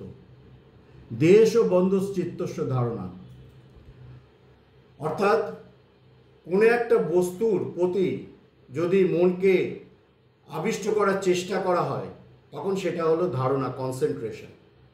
অনেক জায়গায় দেখা যায় এই চোখ বন্ধ করে বসে পড়, ধ্যান কর। চোখ বন্ধ করলেই ধ্যান হয় না, ওটা জাস্ট প্র্যাকটিসটা শুরু, ওটা কিন্তু তখনও কনসেন্ট্রেশন নয়। কিন্তু যখন ওই বস্তুটা মনের সাথে একতান ভাব মিশে যাচ্ছে, অর্থাৎ শুধু ওই বস্তুটাই তখন প্রধান হয়ে দাঁড়াচ্ছে, তখন সেটা ধ্যানের পর্যায়ে যাচ্ছে। তাহলে বোঝা গেল? তাহলে তত্র প্রত্যয়িক তানদা ধ্যান, যখন সেই বস্তু মনের সাথে একতান ভাব জন্মায়, তখন সেটা ধ্যান হলো। তাহলে আমরা কি শিখলাম? যে আমাদের যোগ থেরাপি, যোগ নিরাময়ের জন্য আসন অষ্টাঙ্গ যোগের তৃতীয় অঙ্গ, প্রাণায়াম অষ্টাঙ্গ যোগের চতুর্থ অঙ্গ, এবং তার সাথে সাথে যেগুলো প্রত্যাহার করতে হবে পঞ্চম অঙ্গ, ষষ্ঠ সপ্তম দুটোই দরকার। প্রথম দিকে যম নিয়ম সম্বন্ধে আলোচনা করেছিলাম, সেগুলো দরকার। কিন্তু সবসময় খেয়াল রাখতে হবে যোগ থেরাপিতে কন্ট্রা ইন্ডিকেশন একটা বিরাট ফ্যাক্টর। কন্ট্রা ইন্ডিকেশন একটা বিরাট ফ্যাক্টর, অর্থাৎ কোনটা ক্ষেত্রে চলবে না। আমি আর কিছু উদাহরণ দিচ্ছি। যেমন ধরা যায় যে মহিলাদের যেমন মেনস্ট্রুয়াল ডিসঅর্ডার্স, যে অ্যামিনোরিয়া বলে একটা রোগ আছে মহিলাদের, মাসিক বন্ধ থাকা, যে পিরিয়ডে যে সাইকেলে যে সময় হওয়া উচিত সেটা হচ্ছে না, বা ডিসমেনোরিয়া, মাসিকের সময় অস্বাভাবিক পেট ব্যথা, বা ক্রিপ্টোমেনোরিয়া, মানে মাসিক হয় কিন্তু বাইরে প্রকাশ পায় না, ভেতর থেকে বেরিয়ে চলে যায়, বোঝা যায় না। এই সমস্ত ক্ষেত্রে কিছু কিছু আসন, যেমন ভদ্রাসন উপকারী, যেমন বদ্ধকোণাসন উপকারী, যেমন যদি কোমরে ব্যথা না থাকে পশ্চিমোত্তানাসন উপকারী, উপরে এসে শলভাসন উপকারী, নৌকাসন উপকারী, এইগুলো সব। কিন্তু এই রোগীর যদি কোমরে ব্যথা থাকে, লাম্বার স্পন্ডিলোসিস থাকে, সার্ভাইকাল স্পন্ডিলোসিস থাকে, তাহলে সামনে ঝুঁকে আইটেমগুলো কিন্তু করলে মুশকিল আছে। সুতরাং বদ্ধকোণাসন যখন করছি সেটা পেলভিক ফ্লোর রিজিয়নটা আমাদের ঠিক করে ওই জিনিসগুলো। যেমন মার্জার আসন, যেটা ক্যাট কাউ পোজ, মার্জার আসন পেলভিক রিজিয়নটা ভালো করছে, কিন্তু ওই আসনটা খুব সেফ গেম খেলা যায় একমাত্র এরকম দু একটা আইটেম আছে, যেমন পবন মুক্ত আসন, মার্জার আসন, এমনি জাস্ট হাতটা বুকের পাশে রেখে ভুজঙ্গাসন, এমনি এক পায়ে শলভাসন, এগুলো হচ্ছে সব সেফ গেম খেলা যায়, অলমোস্ট সবার ক্ষেত্রে কমন কিন্তু পড়ে যায়। কিন্তু যখনই একটু জটিল ব্যাপারটা আসবে তখনই কিন্তু এই প্রবলেমগুলো অ্যারাইজ করবে। এবার আমাদের শরীরের একটা বিরাট মুখ্য ভূমিকা কিন্তু আমাদের জয়েন্টগুলো নিয়ে রেখেছে। দুই বা ততোধিক হাড়ের সংমিশ্রণ যেখানে হয় তাকে বলছে জয়েন্ট। দুই বা ততোধিক হাড়ের সংমিশ্রণ হলে সেটা জয়েন্ট হচ্ছে। তাহলে এই জয়েন্টের প্রদাহ হয়, যেমন আর্থ্রাইটিস মানে কি? জয়েন্টের প্রদাহ। অস্টিওআর্থ্রাইটিস মানে কি? দুটো হাড়ের সংযোগস্থলে ক্ষয় হয়ে যাওয়া। যেমন অস্টিওআর্থ্রাইটিস অফ নিজ, যখন এটা হচ্ছে তাহলে কি হচ্ছে, আমাদের ফেমার আর টিবিয়া যেখানে সংযোগ হচ্ছে সেই জায়গায় যদি ক্ষয় হয় তখন কিন্তু অস্টিওআর্থ্রাইটিস ফর্ম করে। এবার এই আর্থ্রাইটিস, বিশেষ করে এই আর্থ্রাইটিস কিন্তু আমাদের পৃথিবীতে 10 জনের মধ্যে 7 থেকে 8 জনই কিন্তু অ্যাফেক্টেড হয়, কোনো না কোনো সময় হয়। সেটা আর্থ্রাইটিস হয়েছে কি করে বুঝবো? আর্থ্রাইটিস মানে প্রদাহ সেখানে হচ্ছে, জয়েন্টের প্রদাহ, ইনফ্লামেশন। এর 5টা সিমটম আছে: রুবর, ক্যালর, ডলর, টিউমার, ফাংশালেসি। রুবর মানে কি? রেডনেস, অর্থাৎ যখন প্রদাহ হবে আর্থ্রাইটিসে, যদি ওই জায়গাটা ভালো করে লক্ষ্য করো দেখবে একটু লাল লাল হয়ে গেছে, রুবর, দ্যাট ইজ কল্ড। ডলারটা কি? ওই জায়গাটা যদি একটু টাচ করো, হালকা টাচ করো, তাহলে দেখবে একটু গরম ভাব আসছে, হিট জেনারেট করে। রুবর, ক্যালর, ডলার, রুবর হচ্ছে তোমার রেডনেস, ক্যালর হচ্ছে গরম, ক্যালোরি আসছে, ওইভাবে মনে রাখতে হবে ওটা গরম। আর রুবর, ক্যালর, ডলার হচ্ছে পেন। ডলারটা কি কীভাবে মনে রাখবো? আমার ডলার খরচা হয়ে যাচ্ছে, মনে ব্যথা আসছে, টাকা পয়সা বেরিয়ে যাচ্ছে, সব আমাদের শরীরে কষ্ট হচ্ছে, পেন, এইভাবে মনে রাখবো। তারপরে কি টিউমার কি? আমরা টিউমার কথাটা কি? এমনি টিউমার TUMOUR, এখানে টিউমার কি? TUMOR। এই টিউমারের মানে হচ্ছে সোয়েলিং, ফুলে যাওয়া, ওই জায়গাটা ফুলে যাবে। আর এই সমস্ত কারণগুলোর জন্য লাস্ট সিমটম কি? ফাংশালেসি, লস অফ ফাংশন, সেই জায়গার লস অফ ফাংশন হবে, ঠিক মতন কাজ করতে পারবে না। তাহলে সেক্ষেত্রে যদি কেউ আমার ওখানে ব্যথা হচ্ছে, আমি যদি ওই সময় ওই ক্ষেত্রে না বুঝে যদি আমি গরম শেক দিয়ে ফেলি, ব্যাস হয়ে গেল হাতের বাইরে। ওই যোগাসন করেছিলাম, ওনার কাছে করেছিলাম, আমার এই কারণে বেড়ে গেল। এবার আমার বদনাম হবে, তোমার বদনাম হবে, সবার হবে, যোগ জগতে হয়ে যাবে। কিন্তু এইভাবে কিন্তু ব্যাপারটা পুরো মনটাকে ইয়ে করে সেট করে যাকে যা সিচুয়েশান দেবো, এক্ষেত্রে কী করতে হবে, প্রথমেই হচ্ছে তাকে আইস কম্প্রেস করতে হবে, সেই জায়গাটাকে ইয়ে করতে হবে, রেস্ট দিতে হবে একটা সার্টেন পিরিয়ড অফ টাইম, তখন আস্তে আস্তে সূক্ষ্ম ব্যায়াম করতে হবে। এবার জয়েন্টের মোটামুটি 3 রকম প্রকার জয়েন্ট আমরা জানি। একটা হচ্ছে ফাইব্রাস জয়েন্ট, যেখানে নড়াচড়া দেখা যায় না। আমাদের যে মস্তিষ্ক, এই মস্তিষ্কর মাথার উপরটা যদি ঠিকভাবে করো, যখন অপারেশন করে না ডাক্তার, এই জায়গাটা কেটে অনেক ক্ষেত্রে দেখা যায় দুদিকে খুলিটা দুদিকে সরিয়ে দেয়। এটা হচ্ছে দুটো প্যারাইটাল বোন এখানে এসে মিশছে। এই প্যারাইটাল বোনটা যেভাবে মানে সেলাই করা আছে, ঈশ্বর করে দিয়েছে, সেটা হচ্ছে সিউচার জয়েন্ট। সিউচার জয়েন্ট এটা হচ্ছে ফাইব্রাস জয়েন্টের একটা নাম। আরেক রকম জয়েন্ট আছে, যে জয়েন্টটা হচ্ছে কার্টিলিনিয়াস জয়েন্ট, সামান্য তার মুভমেন্ট হয়। এই যে আমি এখানে হাতটা রাখছি বুকের, এই যে এটা হচ্ছে স্টারনাম বলে, স্টারনাম ভীষণ বিরাট ফ্যাক্টর। এই স্টারনাম থেকে সব রিবসগুলো গিয়ে পিঠের সাথে মেরুদণ্ডের সাথে কিন্তু যুক্ত হয়েছে। যে স্টারনামগুলো এর সাথে যুক্ত হয় না, মানে এখানে আসে না, সেই তাকে বলে ফ্লোটিং রিবস, এখানে আছে সেটা। এখন এই স্টারনামে যে এখানে দেখবে, একটু হাত দিয়ে দেখবে, এখানে একটু নরম জায়গা আছে, কিন্তু একটু হালকা হাড়ের মতন আছে। এইটা হচ্ছে স্টার্নোম্যানুব্রিয়াম জয়েন্ট। এই জয়েন্টটা কিন্তু আমাদের কার্টিলেজ মানে টিস্যু থাকে, হায়ালিং কার্টিলেজ থাকে, যাদের সামান্য নড়া। এর ফাংশনটা কি, যখন আমি ডিপ ব্রিদিং করছি, চেস্টে এক্সপ্যান্ড হচ্ছে, আমি যতটা এটা এক্সপ্যান্ড করতে পারবো তত আমার অক্সিজেনযুক্ত বায়ু ভেতরে প্রবেশ করাতে পারবো। কিন্তু আজ যদি এটা যদি না নড়তো, স্ট্রেস না হতো, তাহলে আমি পারতাম না, একটা লিমিটেশন আসতো। আর থার্ড যেটা মেন জয়েন্ট, সেটা হচ্ছে সাইনোভিয়াল জয়েন্ট। যে কোনো জয়েন্টের মধ্যে সাইনোভিয়াল ফ্লুইড যখন থাকছে, তখন সেটা সাইনোভিয়াল জয়েন্ট। যেমন তোমরা একটা নাম শুনে থাকবে, ball and socket joint, synovial joint. এটা হচ্ছে আমাদের শোল্ডার জয়েন্ট আর পেলভিক জয়েন্ট, এটা হচ্ছে বল অ্যান্ড সকেট জয়েন্ট। এগুলোকে ঠিক রাখতে গেলে যেমন আমরা ডেল্টয়েড রোটেশন ইত্যাদি এগুলো করা হয়, এগুলো সূক্ষ্ম ব্যায়ামের আলাদা নাম আছে। তেমনিভাবে যদি পেলভিক রিজনে টুইস্টিং যদি করি, অর্ধমস্কন্ডাইজ যদি করি, তাহলে পেলভিক রিজনে, তাহলে ওই জায়গাগুলো কিন্তু আমাদের চলনসই ব্যাপারটা থাকছে, ফ্লেক্সিবিলিটি থাকবে। এবার নেক্সট জয়েন্ট কি, বল অ্যান্ড সকেট জয়েন্ট পরে এলবো জয়েন্ট। এলবো জয়েন্টটাকে বলে হিঞ্জ জয়েন্ট, হিঞ্জ জয়েন্ট। এটার জন্য কি এই জিনিসগুলো সূক্ষ্ম ব্যায়াম, এগুলো এই সমস্তগুলো করা যায়। তারপরে যেমন ধরা যায়, এই যে আমি হাতটা এমন রেখেছি, আমার বুড়ো আঙুলের দিকে হচ্ছে রেডিয়াস, বুড়ো আঙুলের দিকে হচ্ছে আনলা। যখন আমি হাতটা এরমভাবে ঘুরাচ্ছি, রেডিয়াসটা কিন্তু ঘুরছে, আনলাটা কিন্তু ফিক্সড আছে। ভালো করে লক্ষ্য করে দেখবে, আনলার যদি ধরতে পারো হাতটা, এইখানে যদি হাতটা রাখো, এবার হাতটা যদি ঘুরাও, উল্টো দিকে ঘুরাও, আনলাটা কিন্তু ফিক্স থাকবে। এটাকে বলে রেডিও আনলার জয়েন্ট। এই রেডিও আনলার জয়েন্ট হচ্ছে পিভট জয়েন্ট, অর্থাৎ একটা বিন্দু স্থির থাকছে আর অন্যটা সেইটাকে কেন্দ্র করে ঘুরছে। এটা কিন্তু আমাদের খেয়াল রাখতে হবে। কেন আমি এগুলো বলছি, এগুলো তোমাদের পরে আমি একটা সামান্য সাজেশন দেব।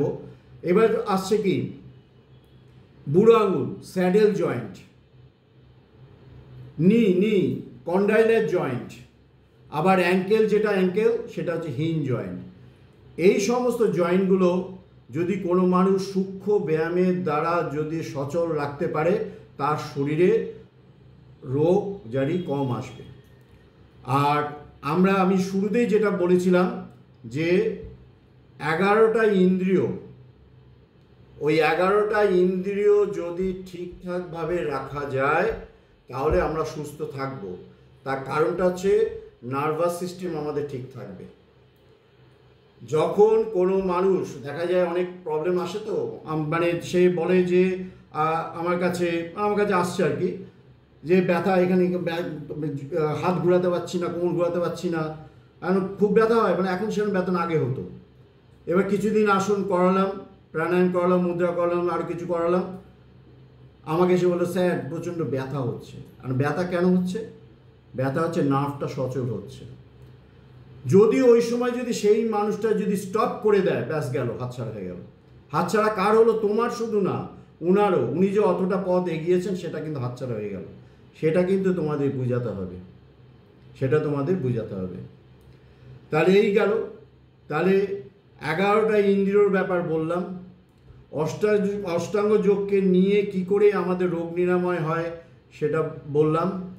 আর যেটা লাস্ট বলার আছে, যে অতি অবশ্যই সব কিছু শেষে যখন তোমরা প্রেসক্রাইব করবে, প্রথমেই সেটা হবে না, কিছুদিন অন্তত 3 মাস 6 মাস করবার পর আসন প্রাণায়াম, ছোট ছোট মুদ্রা, সহজ টাইপের, আমি হস্তমুদ্রার কথা বলছি না, আমি কায়া মুদ্রার কথা বলছি, সেইগুলো যদি সামান্য যদি কিছু যদি দেওয়া যায়, তাহলে কিন্তু সেই মানুষটা আস্তে আস্তে একটা লেভেলে আসবে, যখন তুমি তাকে সত্যিকারে একটু মেডিটেশনের গাইডলাইনটা দিতে পারবে। মেডিটেশন যেই মুহূর্তে আমরা করছি, আমরা যখনই চোখ বন্ধ করছি, তখন আমাদের কনসেন্ট্রেশনটা কিন্তু ভ্রুযুগলের মধ্যে আসছে। এই জায়গায় আমাদের একটা ভীষণ ইম্পর্টেন্ট গ্ল্যান্ড বসে রয়েছে, যে গ্ল্যান্ডটা আমাদের 5 ইয়ার্স অফ এজ আমাদের ভীষণ কার্যকরী থাকে। আফটার 5 ইয়ার্স অফ এজ ওটা আস্তে আস্তে সুপ্ত হয়ে যায়, যাকে উজ্জীবিত করবার জন্যে আজ্ঞা চক্রের এত গুরুত্ব। এটা হচ্ছে পিনিয়াল গ্ল্যান্ড। এই পিনিয়াল গ্ল্যান্ড থেকে একটা হরমোন সিক্রেশন হয়, যেটাকে বলে মেলাটোনিন হরমোন। এই হরমোনটা যদি ঠিকভাবে যদি সিক্রেশন না হয়, সেই মানুষটা ইনসোমনিয়া রোগে ভুগবে, পরবর্তীকালে মাইগ্রেনে ভুগবে, আরও পরবর্তীকালে কিন্তু ক্যান্সারে টার্ন করে। এটা বিরাট ব্যাপার। যার জন্যে রাত্রিবেলা যখন আমরা ঘুমাতে যাই, বলা হয় যে আলোগুলো পুরো না হলেও হালকা একটা ডিম নীল বা সবুজ আলো থাকলো, অনেকে পুরোটাই আলোটা নিবে। এই কারণ ওই হরমোন সিক্রেশনটা যতক্ষণ আসবে ঠিকভাবে ঘুম আমাদের আসবে না। আর ঘুম যদি না আসে, আমরা সারাদিন যা করলাম, পড়াশোনা করি, শরীরচর্চা করি, সেই রিক্যাপিচুলেটেড টাইম একটা আছে, সেই টাইমটা কিন্তু আমরা পাবো না। বোঝা গেল? সাবজেক্টটা কিন্তু বিরাট, সাবজেক্টটা বিরাট। আমি অনিন্দ্য যোগ সোসাইটিতে এই যোগ দিয়ে রোগ নিরাময় 1980 সাল থেকে করে আসছি, স্টিল নাও করছি। মানে এত ভ্যারাইটিস অফ সব প্রোগ্রাম, মানে আসে একই মানুষের 8-10টা তার সিমটম। তার জন্য তোমাকে তাহলে কিভাবে এগোবে এগুলো করবার জন্যে, এইটা বলি আমি শেষ করব। প্রথমে বিভিন্ন আসন অভ্যেস করবে, আসনের উপকারিতাগুলো জানবে, তার সাথে সাথে তার অ্যানাটমি ফিজিওলজি, অর্থাৎ কোন কোন জায়গা কোন কোন মাসল সেইগুলো সম্বন্ধে জানবে। সেকেন্ড হচ্ছে বিভিন্ন প্রাণায়াম করবে, যে প্রাণায়ামগুলো খুব সহজেই করা যায়, যার বেশি সাইড এফেক্ট নেই। আর প্রাণায়ামের ক্ষেত্রে একটা জিনিস আমার বলা উচিত, প্রাণায়াম সবসময় গুরুর পাদস্পর্শ থেকে করা উচিত। যে প্রাণায়াম করতে ভুল করবে, ব্রিদিং করতে ভুল করবে, একদিন দুদিনে হয়তো কিছু হবে না, কিন্তু কয়েকটা দিন যদি কন্টিনিউ যদি হয়, সেই মানুষটার অটোনমিক নার্ভাস সিস্টেমটাকে নষ্ট করে দেবে, হয়ে যাবে ভুল প্রাণায়ামে। আর এই অটোনমিক নার্ভাস সিস্টেমটা মানুষের জন্ম থেকে মৃত্যু পর্যন্ত টানা কাজ করে যায়। আমাদের ঘুমাবার সময় যে আমরা খাবার খেয়ে ঘুমিয়ে পড়ছি, হজম হয়ে যাচ্ছে, পড়াশোনা করে শুয়ে পড়ছি, ঠিকভাবে ব্রেনের সেট আপটা তৈরি হচ্ছে, সব কিন্তু অটোনমিক নার্ভাস সিস্টেম করছে। সুতরাং এগুলো খেয়াল রাখতে হবে। তাহলে আসন গেল, প্রাণায়াম গেল। এবার হচ্ছে তার সাথে সাথে একটুখানি যখন 6 মাস 10 মাস কি 1 বছর করা হলো, তারপরে তোমরা মুদ্রার দিকে যাও। কারণ মুদ্রা হচ্ছে directly related with endocrine gland. মুদ্রা directly related with endocrine gland. Direct যদি এন্ডোক্রিন গ্ল্যান্ডের আইটেম প্রথমেই যদি দাও, ওই যে বলেছিলাম ক্লাস 2-এর আমার যেমন ক্যাপাসিটি, আমার ক্লাস 10-এর জিনিস আমাকে ধরিয়ে দেওয়া হবে। সুতরাং 1 বছরের পর থেকে মুদ্রা তখন ওর সাথে পাঞ্চিং হবে। সবার শেষে যখন হচ্ছে বিভিন্নভাবে মেডিটেশনের আছে, কিন্তু তোমরা যদি গাইডলাইন দাও যেটা গাইডেড মেডিটেশন, সেটা কিন্তু বিরাট একটা ভ্যালুজ আছে। তো সেইগুলো নিয়ে ভালো জায়গায় তোমরা পড়াশোনা করো। আমি চাইবো যে ভালো জায়গায় পড়াশোনা করে তোমরা ঠিকঠাকভাবে ব্যাপারটা জানো। আর জানলে পরেই হবেটা কি, তোমরা যত ভালোভাবে এটা করতে পারবে তত কিন্তু যোগের সুনাম হবে। যোগের সুনাম কিন্তু শুধু যে এই কারণে যে নষ্ট হচ্ছে তা না, যে ভুল প্রেসক্রাইব করছি তার জন্য নয়, অ্যাপ্লিকেশান। যেমন এবারে আমি ছোট্ট করে আমি ওই জগৎটা থেকে অনেক দিন আগে থেকে সরে গেছি। 91 সাল থেকে আমি ছিলাম মানে লকডাউনের আগের পিরিয়ড পর্যন্ত আমি নানান জায়গায় জাজমেন্টশিপ করেছি, স্পোর্টস যোগার কথা বলছি। কিন্তু সেই স্পোর্টস যোগা যেভাবে এখন ট্রেনিং হচ্ছে, যেভাবে প্রেস করে করা হচ্ছে, জয়েন্টের উপরে যেভাবে প্রেস আসছে, বিশেষ করে এমন এমন আসন যেমন হলাসন, সর্বাঙ্গাসন, অনেক ক্ষেত্রে অনেক জায়গায় দেখেছি যে বিফোর 12 ইয়ার্স অফ এজ তাদের দিয়ে দেওয়া হচ্ছে, বিশেষ করে মেয়েদের। আমি দিয়ে দিলাম, আমার বয়সেই, আমি তো আর পরে থাকবো না, কি হবে। কিন্তু ওই বাচ্চাটা যখন 44 বছর বয়স হওয়ার বা 50-এ তার মেনোপোজ হওয়ার কথা, তার হয়তো দেখা গেলো 30-এ ঘরে গিয়ে মেনোপোজ হয়ে গেল। সেই দায়িত্বটা কে নেবে? সুতরাং এইগুলো একটুখানি দেখে করবে। এগুলো কিন্তু কন্ট্রা ইন্ডিকেশনের মধ্যে আসছে। আশা করি বোঝা গেল।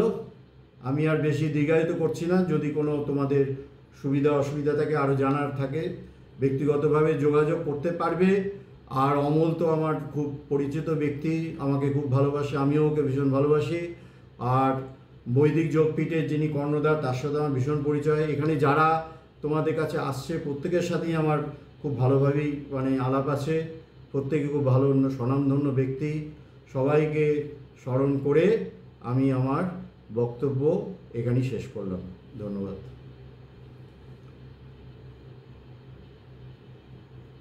কারোর কোনো প্রশ্ন থাকলে সে শুধু অডিওটা অন করে প্রশ্ন করতে পারে। হ্যান্ড রেজ করবে যাদের প্রশ্ন আছে। টিনা মল্লিক, অডিও অন করে দাও। Hello sir. হ্যাঁ বলুন। কারণ ঠান্ডা লাগার খুব ধাতু আছে, আবার গ্যাস্ট্রিকের খুব সমস্যাও আছে, তাদের জন্য কি প্রাণায়াম বেস্ট হবে?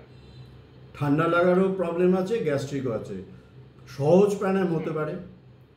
সহজ প্রাণায়াম 1 যদি জানো হতে পারে। সহজ প্রাণায়াম 9 আছে, সহজ প্রাণায়াম 10 আছে।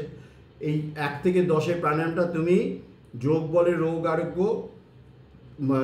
ওই বইটাতে পেয়ে যাবে, ওই গ্রুপে পেয়ে যাবে। এছাড়া তোমার ভুজঙ্গাসনে অবস্থায় ব্রিদিং করা, আমরা এখানে করাই। ভুজঙ্গাসন ডিপ ব্রিদিং বলে একটা প্রসিডিওর আছে, সেগুলো করা যায়। এমনি জেনারেল অনুলোম বিলোম করা যায়। আর তোমার এক্ষেত্রে সূর্যবেদ সামান্য করবে, বেশি করবে না। কারণ ওই যে ঠান্ডা লাগাটা ইয়ে করবার জন্য সাইনোসাইটিস রিজিয়নটা, মানে সাইনাস রিজিয়নটাকে ক্লিয়ার করবার জন্য সূর্যবেদ অনুলোম ভীষণ দরকার। অনুলোম বিলোমের উপর ইয়ে করবে, কনসেন্ট্রেশনটা দেবে। আর যেটা হচ্ছে যে ব্রিদিং, ধরো ডিপলি নেওয়া, ডিপলি ছাড়া, সেই সমস্ত ব্রিদিং যদি সুখাসন বা সেতুবন্ধনাসন টাইপের আসন, সেতুবন্ধন মানে কম্পিটিশনে সেতুবন্ধনাসন না, পাটা ভাঁজ করে, যেগুলো কান্ডারাসন টাইপের যেটা অত দূর না গিয়ে কোমরটাকে লিফট করে যদি এই অবস্থায় ডিপ ব্রিদিং করাতে পারো, তাহলে অ্যাট এ টাইম লাংসের উপর প্রেশারটা আসবে, অ্যাট এ টাইম স্টমাকের উপরে হবে। কারণ স্টমাকটা তখন ডায়াফ্রামের দিকে সরে যাচ্ছে। তারপরে যখন তুমি নর্মাল পজিশন আসবে, প্রচুর পরিমাণ অক্সিজেনের ব্লাড ওখানে ফ্লো হবে, এই দুটো ক্লিয়ার হবে। আর আচ্ছা, ওকে স্যার, থ্যাংক ইউ। আর কোনো প্রশ্ন? স্যার আমার একটা প্রশ্ন আছে। হ্যাঁ স্যার, আমার মেয়ে ব্যায়াম করে ব্যায়াম করলে যখন চক্রাসনে বৃষ্টিয়ারে করে ওর নিশ্চয় নিতে কষ্ট হয়, হাঁপিয়ে যেত, যেন যে খুব শ্বাসকষ্ট হচ্ছে। এই ব্যাপারটাই হচ্ছে ওর, মানে কতদিন করছে ও প্র্যাকটিস? হ্যাঁ হ্যাঁ, আচ্ছা। ও মানে ওর মানে ফ্লেক্সিবিলিটি ভালো আছে বলে গুরু তাকে ওইভাবে পর্যায়ে নিয়ে গেছে। আগে প্রথমে সূক্ষ্ম ব্যায়াম করিয়ে নিতে বলবে, বা তুমি সূক্ষ্ম ব্যায়াম করিয়ে নেবে। এই গেল 1 নম্বর। দ্বিতীয় নম্বর হচ্ছে আগে হালকা টাইপের মানে আসন ফরওয়ার্ড বেন্ডিং, ব্যাক বেন্ডিং ও লেগ স্ট্রেচিং করিয়ে নেবে। তারপরে ওগুলো করবার পরে ওকে শবাসনে শুতে হবে। শবাসনে শুয়ে চোখ বন্ধ অবস্থায় 2 থেকে 3 মিনিট ডিপ ব্রিদিং করতে বলবে, ওঠা যাবে না। তার কারণটা হচ্ছে ওর ল্যাক অফ ব্লাড সার্কুলেশন হচ্ছে, এবং এইটা হলে কোনো না কোনো দিন ব্ল্যাকআউট কন্ডিশন আসতে পারে। বুঝতে পেরেছো? শুয়ে তারপরেই সঙ্গে সঙ্গে সে জায়গা ছেড়ে বোধহয় ড্রেস করছে বা কিছু একটা করছে বা দাঁড়িয়ে থাকছিস তা না, শুতে হবে, শবাসনটা করতে হবে। শবাসন করে ডিপ ব্রিদিং করবে, 1 থেকে 2 মিনিট ডিপ ব্রিদিং করে শবাসন করে দেখবে তোমার আর এই প্রবলেমটা চলে যাবে আস্তে আস্তে। আর ওকে ব্রিদিং বেশি করে করাও, ডিপলি নেবে, ডিপলি ছাড়বে, ব্রিদিং ওর দরকার, ভীষণ ব্রিদিং করতে করতে ক্যাপাসিটি হবে। এই যে ধরো বাচ্চা, তো বাচ্চাদের এটা হওয়া উচিত না। আমরা যখন ব্রিদিং করি আমাদের ডায়াফ্রামটা ওঠানামা করে, ঠিক আছে? আমরা যখন শ্বাস নিই ডায়াফ্রামটা ওঠানামা করে, কিন্তু জোরে জোরে যদি ব্রিদিং করা যায়, তাড়াতাড়ি যদি ব্রিদিং করা যায় বা ডিপ ব্রিদিং যদি করা যায়, ডায়াফ্রামটা আরও বেশি নিচের দিকে নামে, তারপরে কার্বন ডাইঅক্সাইড যুক্ত বাতাসটা বাইরে বের করে দিতে সাহায্য করে। এইটাকে বলে স্ট্রোক লেন্থ অফ ডায়াফ্রাম, অর্থাৎ ডায়াফ্রামে ওঠানামার ক্ষমতা। এই ক্ষমতাটা ওর মতন বয়সে এত তাড়াতাড়ি কমে যাওয়ার কথা না, ও নিশ্চয়ই ব্রিদিং কম করছে, যার জন্য এটা হচ্ছে। ব্রিদিং করাও চলে যাবে। যে প্রশ্ন করবেন সে প্রথমে প্রশ্নটা বলার পর মিউট করে নেবেন, যখন দুটো অন থাকছে একটা ইকো হচ্ছে আগের বার, ঠিক আছে? এবারে প্রশ্ন করবেন, টিনা অলরেডি একবার প্রশ্ন করা হয়েছে, হ্যাঁ স্যার হয়ে গেছে। আর কে হ্যান্ড রেজ করেছিলেন এখন দেখছি না, আর কেউ যদি থাকে প্রশ্ন করতে পারেন। হ্যাঁ স্যার, আমি শোভন মন্ডল কথা বলছিলাম। আমার একটা প্রশ্ন আছে। বলছি স্যার, আমার ছেলের বয়স হচ্ছে 12 বছর। ওর চক্রাসন করলে ওর প্রচন্ড মাথার যন্ত্রণা হয়, কি করবো ঠিক বুঝে উঠতে পারছি। এক্ষেত্রে ওর এই মুহূর্তে চক্রাসন ডাইরেক্ট করবে না, ওকে প্রথমে আপনি দেওয়াল পেছনে রেখে অর্ধচন্দ্রাসনটাকে অভ্যেস করাবেন।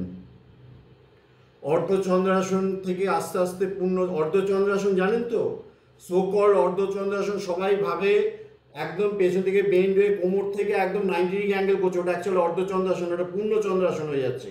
অর্ধচন্দ্রাসন পেছন দিকে 75 ডিগ্রি অ্যাঙ্গেল এইদিকে করলে সেইভাবে হচ্ছে, মানে হাফ নামতে হবে। অর্ধচন্দ্রাসনটা পেছনে সাপোর্ট রেখে করবে, তার সাথে আপনার অর্ধচন্দ্রাসনের পরে সেমি পদহস্তাসন করবে, পুরোপুরি ডাইরেক্ট যাবে না। এই করে আগে ওই মেরুদণ্ডের ফ্লেক্সিবিলিটি একটুখানি নিয়ে আসতে হবে। হয়ে যাওয়ার পরে একটুখানি রেস্ট নিয়ে আপনি একটু ওই কোমরে যে টুইস্টিং, শ্বাস ছাড়তে হাতে গেল, নিতে নিতে ফিরলাম, ছাড়তে হাতে গেল, নিতে নিতে ফিরলাম, মেরুদণ্ডের ফ্লেক্সিবিলিটি একটুখানি দরকার, ও সেখানে রিজিডিটি আসছে। এইগুলো করবার পরে চক্রাসন, প্রথমে চক্রাসন কি দাঁড়িয়ে করে, আর্চ করে নাকি না শুয়ে করে? দাঁড়িয়ে করে। দাঁড়িয়ে আগে করাবেন না। সত্যি কথা বলতে কি, কম্পিটিশনের জগতে আমাদের সময়, আমি তো 70 দশকে ফাইট করেছিলাম, আমাদের সময় চক্রাসন শুয়েই করা হতো। পরবর্তীকালে চক্রাসনটা দাঁড়িয়ে এসছে, আর্টসটা চক্রাসন হিসেবে ধরা হচ্ছে। আগে আপনি চক্রাসনটা শুয়ে প্র্যাকটিস করান, যতক্ষণ প্র্যাকটিস করাবেন তারপরে ততক্ষণই চিত হয়ে শবাসনে আগে রেস্ট নেওয়ান, রেস্ট নিয়ে তারপরে আবার 2-3 বার করাবেন। চক্রাসন ম্যাক্সিমাম 4 টাইমস এ ডে, তার বেশি যেন না হয়। আর ওর সঙ্গে সঙ্গে জায়গা ছেড়ে উঠবে না, শবাসনটা দরকার, ল্যাক অফ শবাসন হচ্ছে। আর ওই শবাসনের সময় এই আগের জনকে যেমন বললাম, ওই ডিপ ব্রিদিংটা দরকার, দেখবেন আস্তে আস্তে চলে যাবে। ল্যাক অফ সার্কুলেশন হচ্ছে। আর কেউ আছেন? হ্যাঁ নমস্কার স্যার। হ্যাঁ নমস্কার। নমস্কার। বলছিলাম স্যার, যোগের পাঁচটি প্রিন্সিপালটা আরেকবার একটু বলবেন? আচ্ছা, ফার্স্ট প্রিন্সিপাল এই 5টাই আবার বলে দিচ্ছি। প্রপার এক্সারসাইজ, প্রপার ব্রিদিং বলেছিলেন, ওর সাথে একটু মানে এক্সাম্পলও দিয়ে দিয়েছিলেন, ওই সাথে 5টা আরেকবার যদি ক্লিয়ার হ্যাঁ করে দেন। বলছি, যারা আছেন লিখে নিন। রেডি সবাই লেখার জন্যে? নাম্বার 1 প্রিন্সিপাল হচ্ছে proper exercise through yogasanas through, THROUGH, through yogasanas, YOGASANAS, YOGASANAS, through yogasanas, which is WHICH, which ISS, related, RELATED, related with third limb of ashtanga yoga, অষ্টাঙ্গ যোগের তৃতীয় অঙ্গের সাথে সম্পর্কযুক্ত, third limb of ashtanga yoga. Number 2 হচ্ছে, লেখা হয়েছে নাম্বার 2 হচ্ছে প্রপার ব্রিদিং থ্রু প্রাণায়ামস, ওইভাবে লেখো, proper breathing through, THROUGH, through pranayamas, PRANAYAMAS, pranayamas, which is related with fourth limb of ashtanga yoga, অষ্টাঙ্গ যোগের চতুর্থ অঙ্গের সাথে সম্পর্কযুক্ত, fourth limb of ashtanga yoga. লিখেছো? আচ্ছা, নাম্বার 3 লেখো এবারে, proper thinking and meditation, proper thinking and meditation লিখেছো? which is related, ওই আগের ইয়েতে which বলেছি, ইস্টে করে দাও, which is related with the first limb, yom, ইংলিশে yama, সেকেন্ড লিম্ব নিয়ম, তারপরে ফিফথ লিম্ব প্রত্যাহার, তারপরে সিক্সথ লিম্ব ধারণা কনসেন্ট্রেশন, সেভেন্থ লিম্ব ধ্যান মেডিটেশন। এই কটা অঙ্গ ডাইরেক্টলি রিলেটেড। প্রপার থিঙ্কিং করতে গেলে এই কটা অঙ্গ ডাইরেক্টলি রিলেটেড অবস্থায় অভ্যেস করতে হবে, জানতে হবে, বুঝতে হবে, করতে হবে, তাহলেই প্রপার থিঙ্কিং হবে। আমি যদি ভুলভাল চিন্তা করি তাহলে সেটা প্রত্যাহার করতে হবে, যার জন্য ফিফথ ইয়েতে। আমি যদি নিয়ম করে না করি তাহলে ঠিক হবে না, যার জন্য নিয়ম করবার জন্য আমি সব কিছু সংযম করবো, যার জন্য এই কারণে এইগুলো বলা হয়েছে। তাহলে প্রপার থিঙ্কিং অ্যান্ড মেডিটেশন, ঠিক আছে। এবার ফোর্থটা হচ্ছে প্রপার ডায়েট থ্রু যৌগিক ডায়েটটা বললাম, লিখে রাখতে পারো সাত্ত্বিক, রাজসিক, তামসিক, 3টে খাবার, ঠিক আছে। সাত্ত্বিকটা হচ্ছে সব থেকে শুদ্ধ খাবার, যেটা খেলে আমাদের রক্তের ক্ষারীয় গুণটা বৃদ্ধি পায়। রাজসিক খাবারটা হচ্ছে আমাদের দৈনন্দিন কাজ করার জন্য দরকার, যেগুলো রান্না করে খাই। আর তামসিক হচ্ছে যখন খেতে বাধ্য হই, প্রসেসড ফুড, কিন্তু ওটা যত কম খাওয়া যায়। বোঝা গেল? আর লাস্ট প্রিন্সিপালটা হলো প্রপার রিল্যাক্সেশন, যেটা ঘুম নিয়ে কিছুক্ষণ আগে বললাম, যেটা পিনিয়ন গ্ল্যান্ড নিয়ে বললাম, ওটা হচ্ছে প্রপার রিল্যাক্সেশন। এই প্রপার রিল্যাক্সেশন করবার জন্য শুধু ঘুম না, এই প্রপার রিল্যাক্সেশনের জন্য তোমার যোগনিদ্রা, সাধারণ ধ্যান, এমনি শবাসন ইত্যাদি সব কিন্তু এটার সাথে রিলেটেড। এবার কোনটা করলে তোমার সুবিধা হবে সেটা তুমি বিচার করবে, সেটাই তোমাকে নিজেকে প্র্যাকটিস করে নিজেকে ইম্প্রোভাইজ করবে। বোঝা গেল? ক্লিয়ার তো ব্যাপারটা? ওকে, থ্যাংক ইউ। হ্যাঁ, আর কোনো কারোর? শিবম না থাকলে প্রিয়া দাস। স্যার নমস্কার। হ্যাঁ, নমস্কার। স্যার আমি বলছিলাম যে ওম মেডিটেশনে ব্রিথিং স্টাইলটা কেমন থাকা উচিত? বাবা, এটা দারুণ প্রশ্ন করে বসেছো। ওম মেডিটেশনের ব্রিদিং শোনো, আমি ছোট্ট করে বুঝাচ্ছি। ওম কথাটা মেনলি 3টে সিলেবল দিয়ে তৈরি হয়। বাংলায় বুঝাচ্ছি, আমি ইংলিশে কথায় যাচ্ছি, ইংলিশে অনেকভাবে লেখা থাকে। অ, উ আর ময় হসন্ত। তাহলে যখন আমি অ দিয়ে শুরু করলাম অ এরম যাচ্ছে। আমি যখন শুরু করছি অ,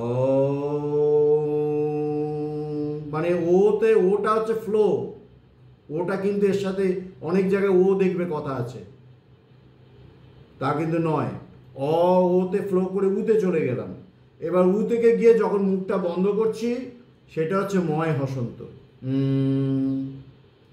তাহলে যখন আমি ওম চ্যান্টিংটা করব, আগে শ্বাস, বুক ভর্তি শ্বাস নিয়ে নেব, গভীরভাবে শ্বাস নিলাম, ভালো করে ফলো করো আমাকে,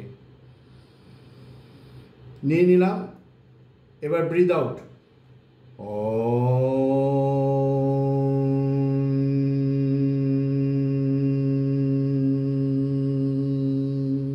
আমার সাথে করতে থাকো সবাই।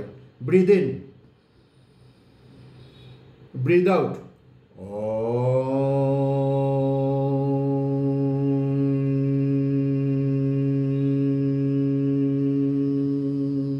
Breathe in, breathe out,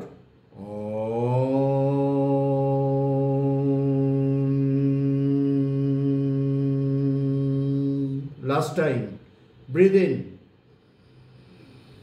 breathe out,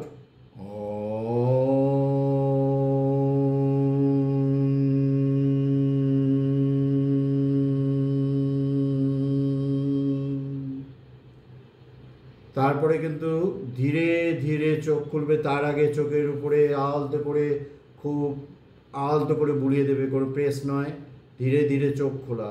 ওম চ্যান্টিংয়ে পরে হঠাৎ করে চোখ খুলতে নেই, হঠাৎ করে চোখ খুললে ব্ল্যাক আউট কন্ডিশন চলে আসবে। ধীরে চোখ খুলবো, আবার বন্ধ করব। চোখ খোলা মানে বহির্জগতে পড়লাম, বন্ধ করলাম মানে আবার ইনার জগতে গেলাম। এই করে আস্তে আস্তে জিনিসটা সাম্যাবস্থা আসবে। বোঝা গেল? হ্যাঁ কি না? প্রশ্ন আছে ওম নিয়ে?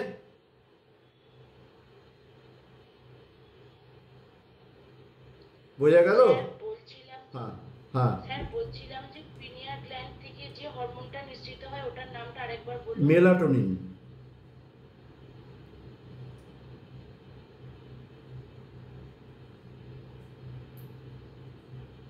Thank you sir. Thank you, thank you সবাইকে। আর কারোর প্রশ্ন?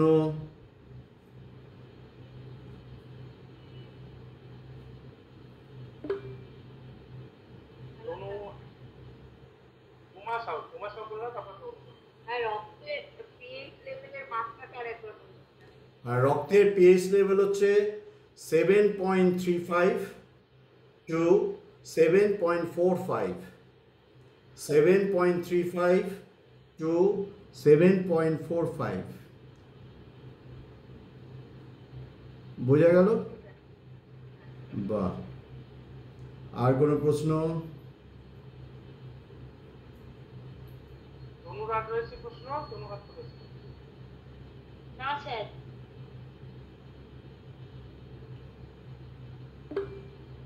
আর কারোর প্রশ্ন না থাকলে স্যার এখানে ক্লোজ করবে। আশা করছি আর কারোর প্রশ্ন নেই। তাহলে যা জানলে সব বাড়িতে কিন্তু, হ্যাঁ বলো বলো, আর কোথায় ছিলাম? হ্যাঁ বলো। বলছি যে হ্যাঁ বলো। শব্দটা as long as possible আমি উচ্চারণ করার চেষ্টা করব। প্রথম শব্দটা তোমার কেটে গেল, আরেকবার প্লিজ বলো। বলছি ওম চ্যান্টিংটাকে আমি as long as possible উচ্চারণ করার চেষ্টা করব, নাকি শর্ট টাইমের জন্য করলেই হবে? শর্ট টার্ম করবে না। ওম যখন তোমার যতটা, হ্যাঁ আমি তোমাকে বোঝানোর চেষ্টা করছি। ওম যখন করবে, যেভাবে বললাম, আমার চেয়েও যদি তুমি বেশি যদি তুমি করতে পারো, কন্টিনিউ করবে। এটা ওয়ান টাইপ অফ ব্রিদিং, ঠিক আছে? এটা ওয়ান টাইপ অফ প্রাণায়াম। এবং নট অনলি তাই, এই চ্যান্টিংটা, এই যে শব্দটা বেরোচ্ছে, এই শব্দটা আমাদের মানে ব্রহ্মতালু থেকে কক্সিক্স রিজিয়ন, যেখানে আমাদের কুলকুণ্ডলিনীর শক্তিটা নিহিত থাকে। কুল মিন্স বংশ, কুণ্ড মিন্স ফল, লিন মিন্স সুপ্ত। সেই যে কক্সিক্স রিজিয়ন, সেই পর্যন্ত কিন্তু ওইটা কিন্তু যত তুমি লং করতে পারবে, পুরো ভাইব্রেশনটা ওপর থেকে নিচে কিন্তু কন্টিনিউ হবে। এটা তুমি অনুভব করলে বুঝবে, ঝপ করে বুঝতে পারবে না। করো, আমার চেয়েও বেশি তুমি টানা করতে পারো, কোনো অসুবিধা নেই, শর্ট টার্ম করে কোনো লাভ নেই।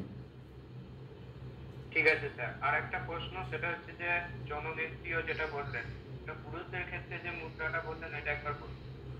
হ্যাঁ, পুরুষদের ক্ষেত্রে হচ্ছে তোমার বজ্রলি মুদ্রা, বজ্রলি মুদ্রা। ওই মুদ্রাটা স্যার একটু দেখিয়ে দিলে ভালো হতো। ওরে বাবা, আমি তোমাকে এক্সপ্লেন করছি, মানে শ্বাস নিতে নিতে ইউরোজেনিটর ট্র্যাকটাকে কন্ট্রাক্ট করো, প্রত্যেকে করতে পারো, এটা পুরুষ মহিলা সবাই করতে পারে।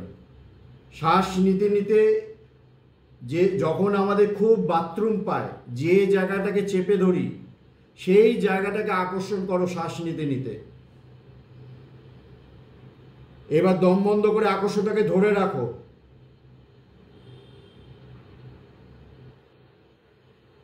এবার ধীরে ধীরে আকর্ষণটাকে রিলিজ করতে থাকো। বোঝা গেল? আবার করো, breathe in with contract, breathe hold, ওটাকে ধারণ করো, রিলিজ, ধীরে ধীরে ছাড়তে থাকো, নর্মাল ব্রিদিং। এই প্রসিডিওরটা একটা বিশেষ পশ্চারে করতে পারলে তাহলে সম্পূর্ণ হবে। তুমি নাভা আসনটা জানো? নাভা পেয়ে যাবে গুগলে, নাভাসন লিখে রাখো। আচ্ছা, নাভাসনে যদি এটা করো তাহলে সব থেকে ভালো হবে। এটা মহিলারাও করতে পারে, ও কেন যে ভাগ করে যায় না আমাদের, কারণ ইউরোজেনিটর ট্র্যাক রিজিয়নটা বয়স বাড়ার সাথে সাথে আমাদের হাতের বাইরে চলে যায়, আমরা বাথরুম ধরে রাখতে পারি না। বিশেষ করে বয়স্ক বাবা আমাদের জিজ্ঞেস করবে, খুব তাড়াতাড়ি না হলে তাদের অসুবিধা হয়। এইটা হচ্ছে তাদের কন্ট্রোল। আরও অনেক পাওয়ার, সেক্সুয়াল পাওয়ার ধরে রাখার জন্যে, তারপরে আরও অনেক কিছু, ছেলেদের যেমন স্বপ্ন দোষ হয়, এগুলো সব কিন্তু কাজ দেয়। আর আরেকজন যেন কি হাত তুলেছিল? আর কারো প্রশ্ন আছে? নাহলে এখানেই শেষ করবে। হ্যাঁ স্যার, আমার আছে। প্রণাম স্যার। হ্যাঁ, প্রণাম।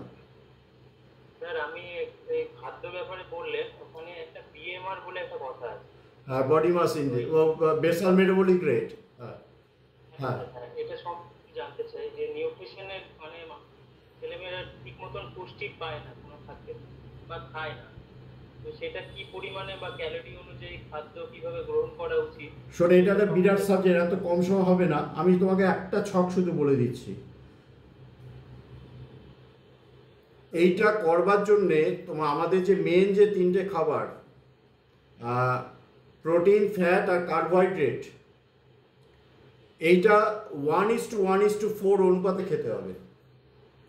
প্রোটিন, ফ্যাট, কার্বোহাইড্রেট, মানে 1 গ্রাম প্রোটিন হলে 1 গ্রাম ফ্যাট হবে, 1 গ্রাম কার্বোহাইড্রেট, এই অনুপাতে। এবার কোন খাবারটা প্রোটিনে বেটার হবে সেটা কিন্তু ডায়েটিশিয়ান বলবে, ওটা আমার সাবজেক্ট না। বুঝতে পেরেছো? এইটা ব্যাপারটা, এই যে বেসাল মেটাবলিক রেট যেটা বললে তুমি, এই বিএমআর, এই ব্যাপারটা কোনো একটা ডায়েটিশিয়ানের কাছে গিয়ে তুমি কিন্তু এটা করে নেবে। এটা কোনো অবস্থায় গুগল সার্চ করে আলাদা জায়গা করতে যেও না, এটা ভীষণ সায়েন্টিফিক ব্যাপার কিন্তু। ঠিক আছে, বোঝা গেল? আমি বোঝাতে পারলাম? হ্যাঁ স্যার, হ্যাঁ বুঝতে পারছি। মানে থ্যাংক ইউ স্যার। হ্যাঁ, কারণ একেবারে ভাষা ভাষা জেনে কিছু করো না, এটা করে একদম ডাইরেক্ট ডায়েটিশিয়ানের কাছে যাও। হ্যাঁ স্যার, ঠিক বলেছেন। ওকে, নেক্সট নেক্সট। আর কারুর? আশা করছি আর কোনো কোশ্চেন নেই। কিছু বলছি না? আচ্ছা, কারো কোনো কোশ্চেন নেই, খুব সুন্দর হয়েছে। অমলবাবু এখন নেই, সুকুমার বাবু আশা করি উনি থাকতে পারবেন না, জানিয়েছিলেন। অসংখ্য ধন্যবাদ জানাচ্ছি আমাদের অনিন্দ্য স্যারকে, খুব সুন্দর হয়েছে। প্রত্যেকের কেমন লেগেছে প্রত্যেকে জানাবে। আর গ্রুপে আমরা একটা লিস্ট দিয়ে দিচ্ছি, যারা ফিডব্যাক অলরেডি দেওয়া হয়ে গেছে, 40 জনের মতো দেখলাম দিয়েছে, আরো বাকি আছে কিন্তু তোমাদের অ্যাকর্ডিং টু তোমাদের লিস্ট অনুযায়ী যতজন কমপ্লিট হয়েছে। প্রত্যেকে জানাবে ক্লাস কেমন লাগছে, সেশন কেমন লাগছে, যার যেমন সাজেশন আছে। আজকের সেশন তো দুর্দান্ত হয়েছে। খুব সুন্দর, খুব সময়ে সুন্দর।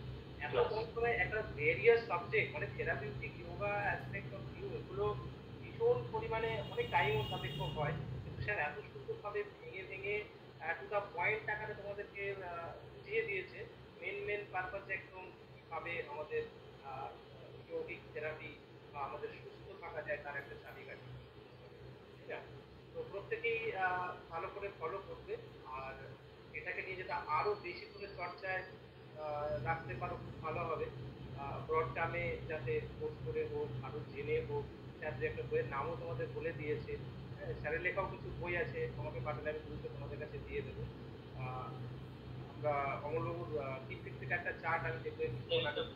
বইয়ের নামটা আমি মিস করে গেছি, যদি বলে রোগানো তো তোমাদের একটা বলেছে, আর স্যারের ওখান থেকে বোধহয় যোগা এডুকেশনে ডিপ্লোমার। হ্যাঁ, আমার এখানে বলে আগে একটু ডিস্টার্ব করছি।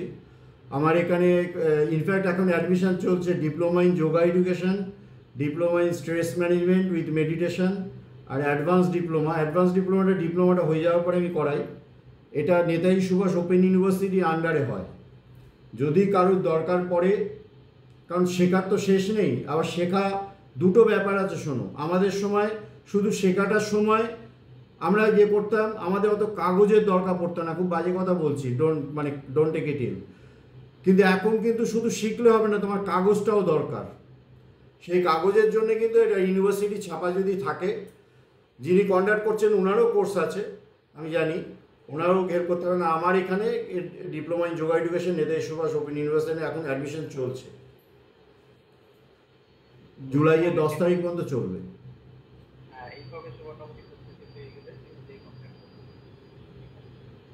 আমাদের আজকে গেস্ট স্পিকার হিসাবে প্রদ্যুৎ স্যার ছিলেন, উনি তো থাকতে পারেনি বিশেষ কারণে উনি ছুটিতে রয়েছেন যোগা কম্পিটিশনের ব্যাপারে, কিন্তু একটা অডিও পাঠিয়ে রেখেছেন। আমি একটু শুনিয়ে দিই, সবাই খুব ভালো হবে। নমস্কার স্যার, খুব সুন্দর ক্লাস হলো, ভবিষ্যতেও আবার আপনার ক্লাসের আশায় থাকলাম স্যার।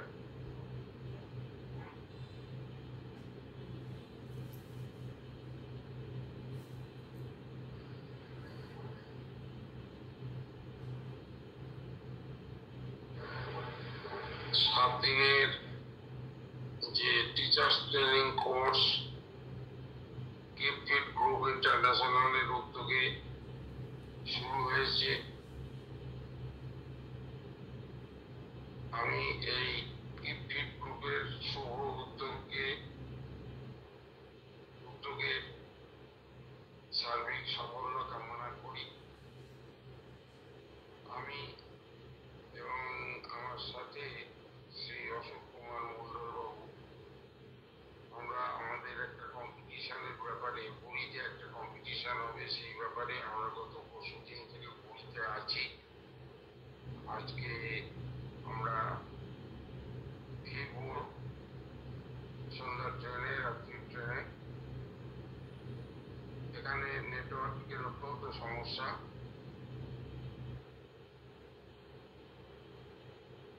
তো সেই জন্যে আমরা গতকাল অসুবিধা করেননি, এবং আজকে আমিও পারছি না ওখানে ঢুকতে কোনোভাবে। এখন যে কয়েকদিন হয়ে গেল, 3 দিন হয়ে গেল, 3 দিন আমি শুনেছি যে অত্যন্ত সুন্দরভাবে আমাদের বিশিষ্ট যোগ ব্যক্তিত্ব পশ্চিমবঙ্গের এবং পশ্চিমবঙ্গের বাইরের বিভিন্ন রাজ্য থেকে, বিভিন্ন সংস্থা থেকে অত্যন্ত দক্ষ এবং গুণী যোগ ব্যক্তিত্ব, তারা এই কোর্সের ক্লাস নিয়েছেন, পরিচালনা করছেন। আমাকে এই উদ্যোগে কিছু বলার জন্য গিফটেড গ্রুপ ইন্টারন্যাশনালের সর্বোচ্চ কর্মকর্তা মাননীয় শ্রী অমল খাড়া বাবু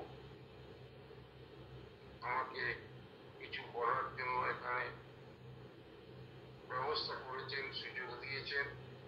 আমি তার জন্যে শ্রী অমল খাড়া বাবুকে আন্তরিক ধন্যবাদ জানাচ্ছি। আমাদের গিফটেড গ্রুপের এই প্রোগ্রামটিতে বিশিষ্ট বক্তারা বিভিন্ন সময়ে বিভিন্ন দিনে বক্তব্য রেখেছেন, কোর্সের বিভিন্ন বিষয়ে আলোকপাত করেছেন, সুন্দরভাবে ক্লাস করিয়েছেন। তাদেরকে সংস্থার পক্ষ থেকে এবং ব্যক্তিগতভাবে আন্তরিক ধন্যবাদ ও কৃতজ্ঞতা জানাচ্ছি।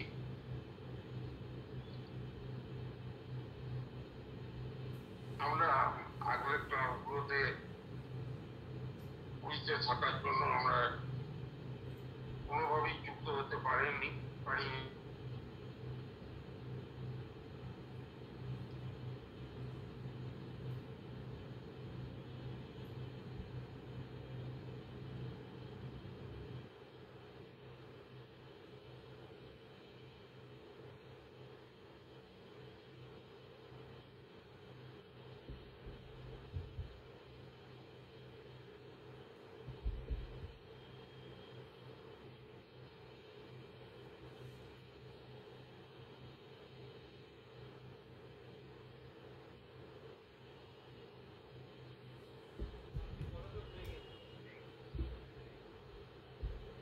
যেহেতু বলতে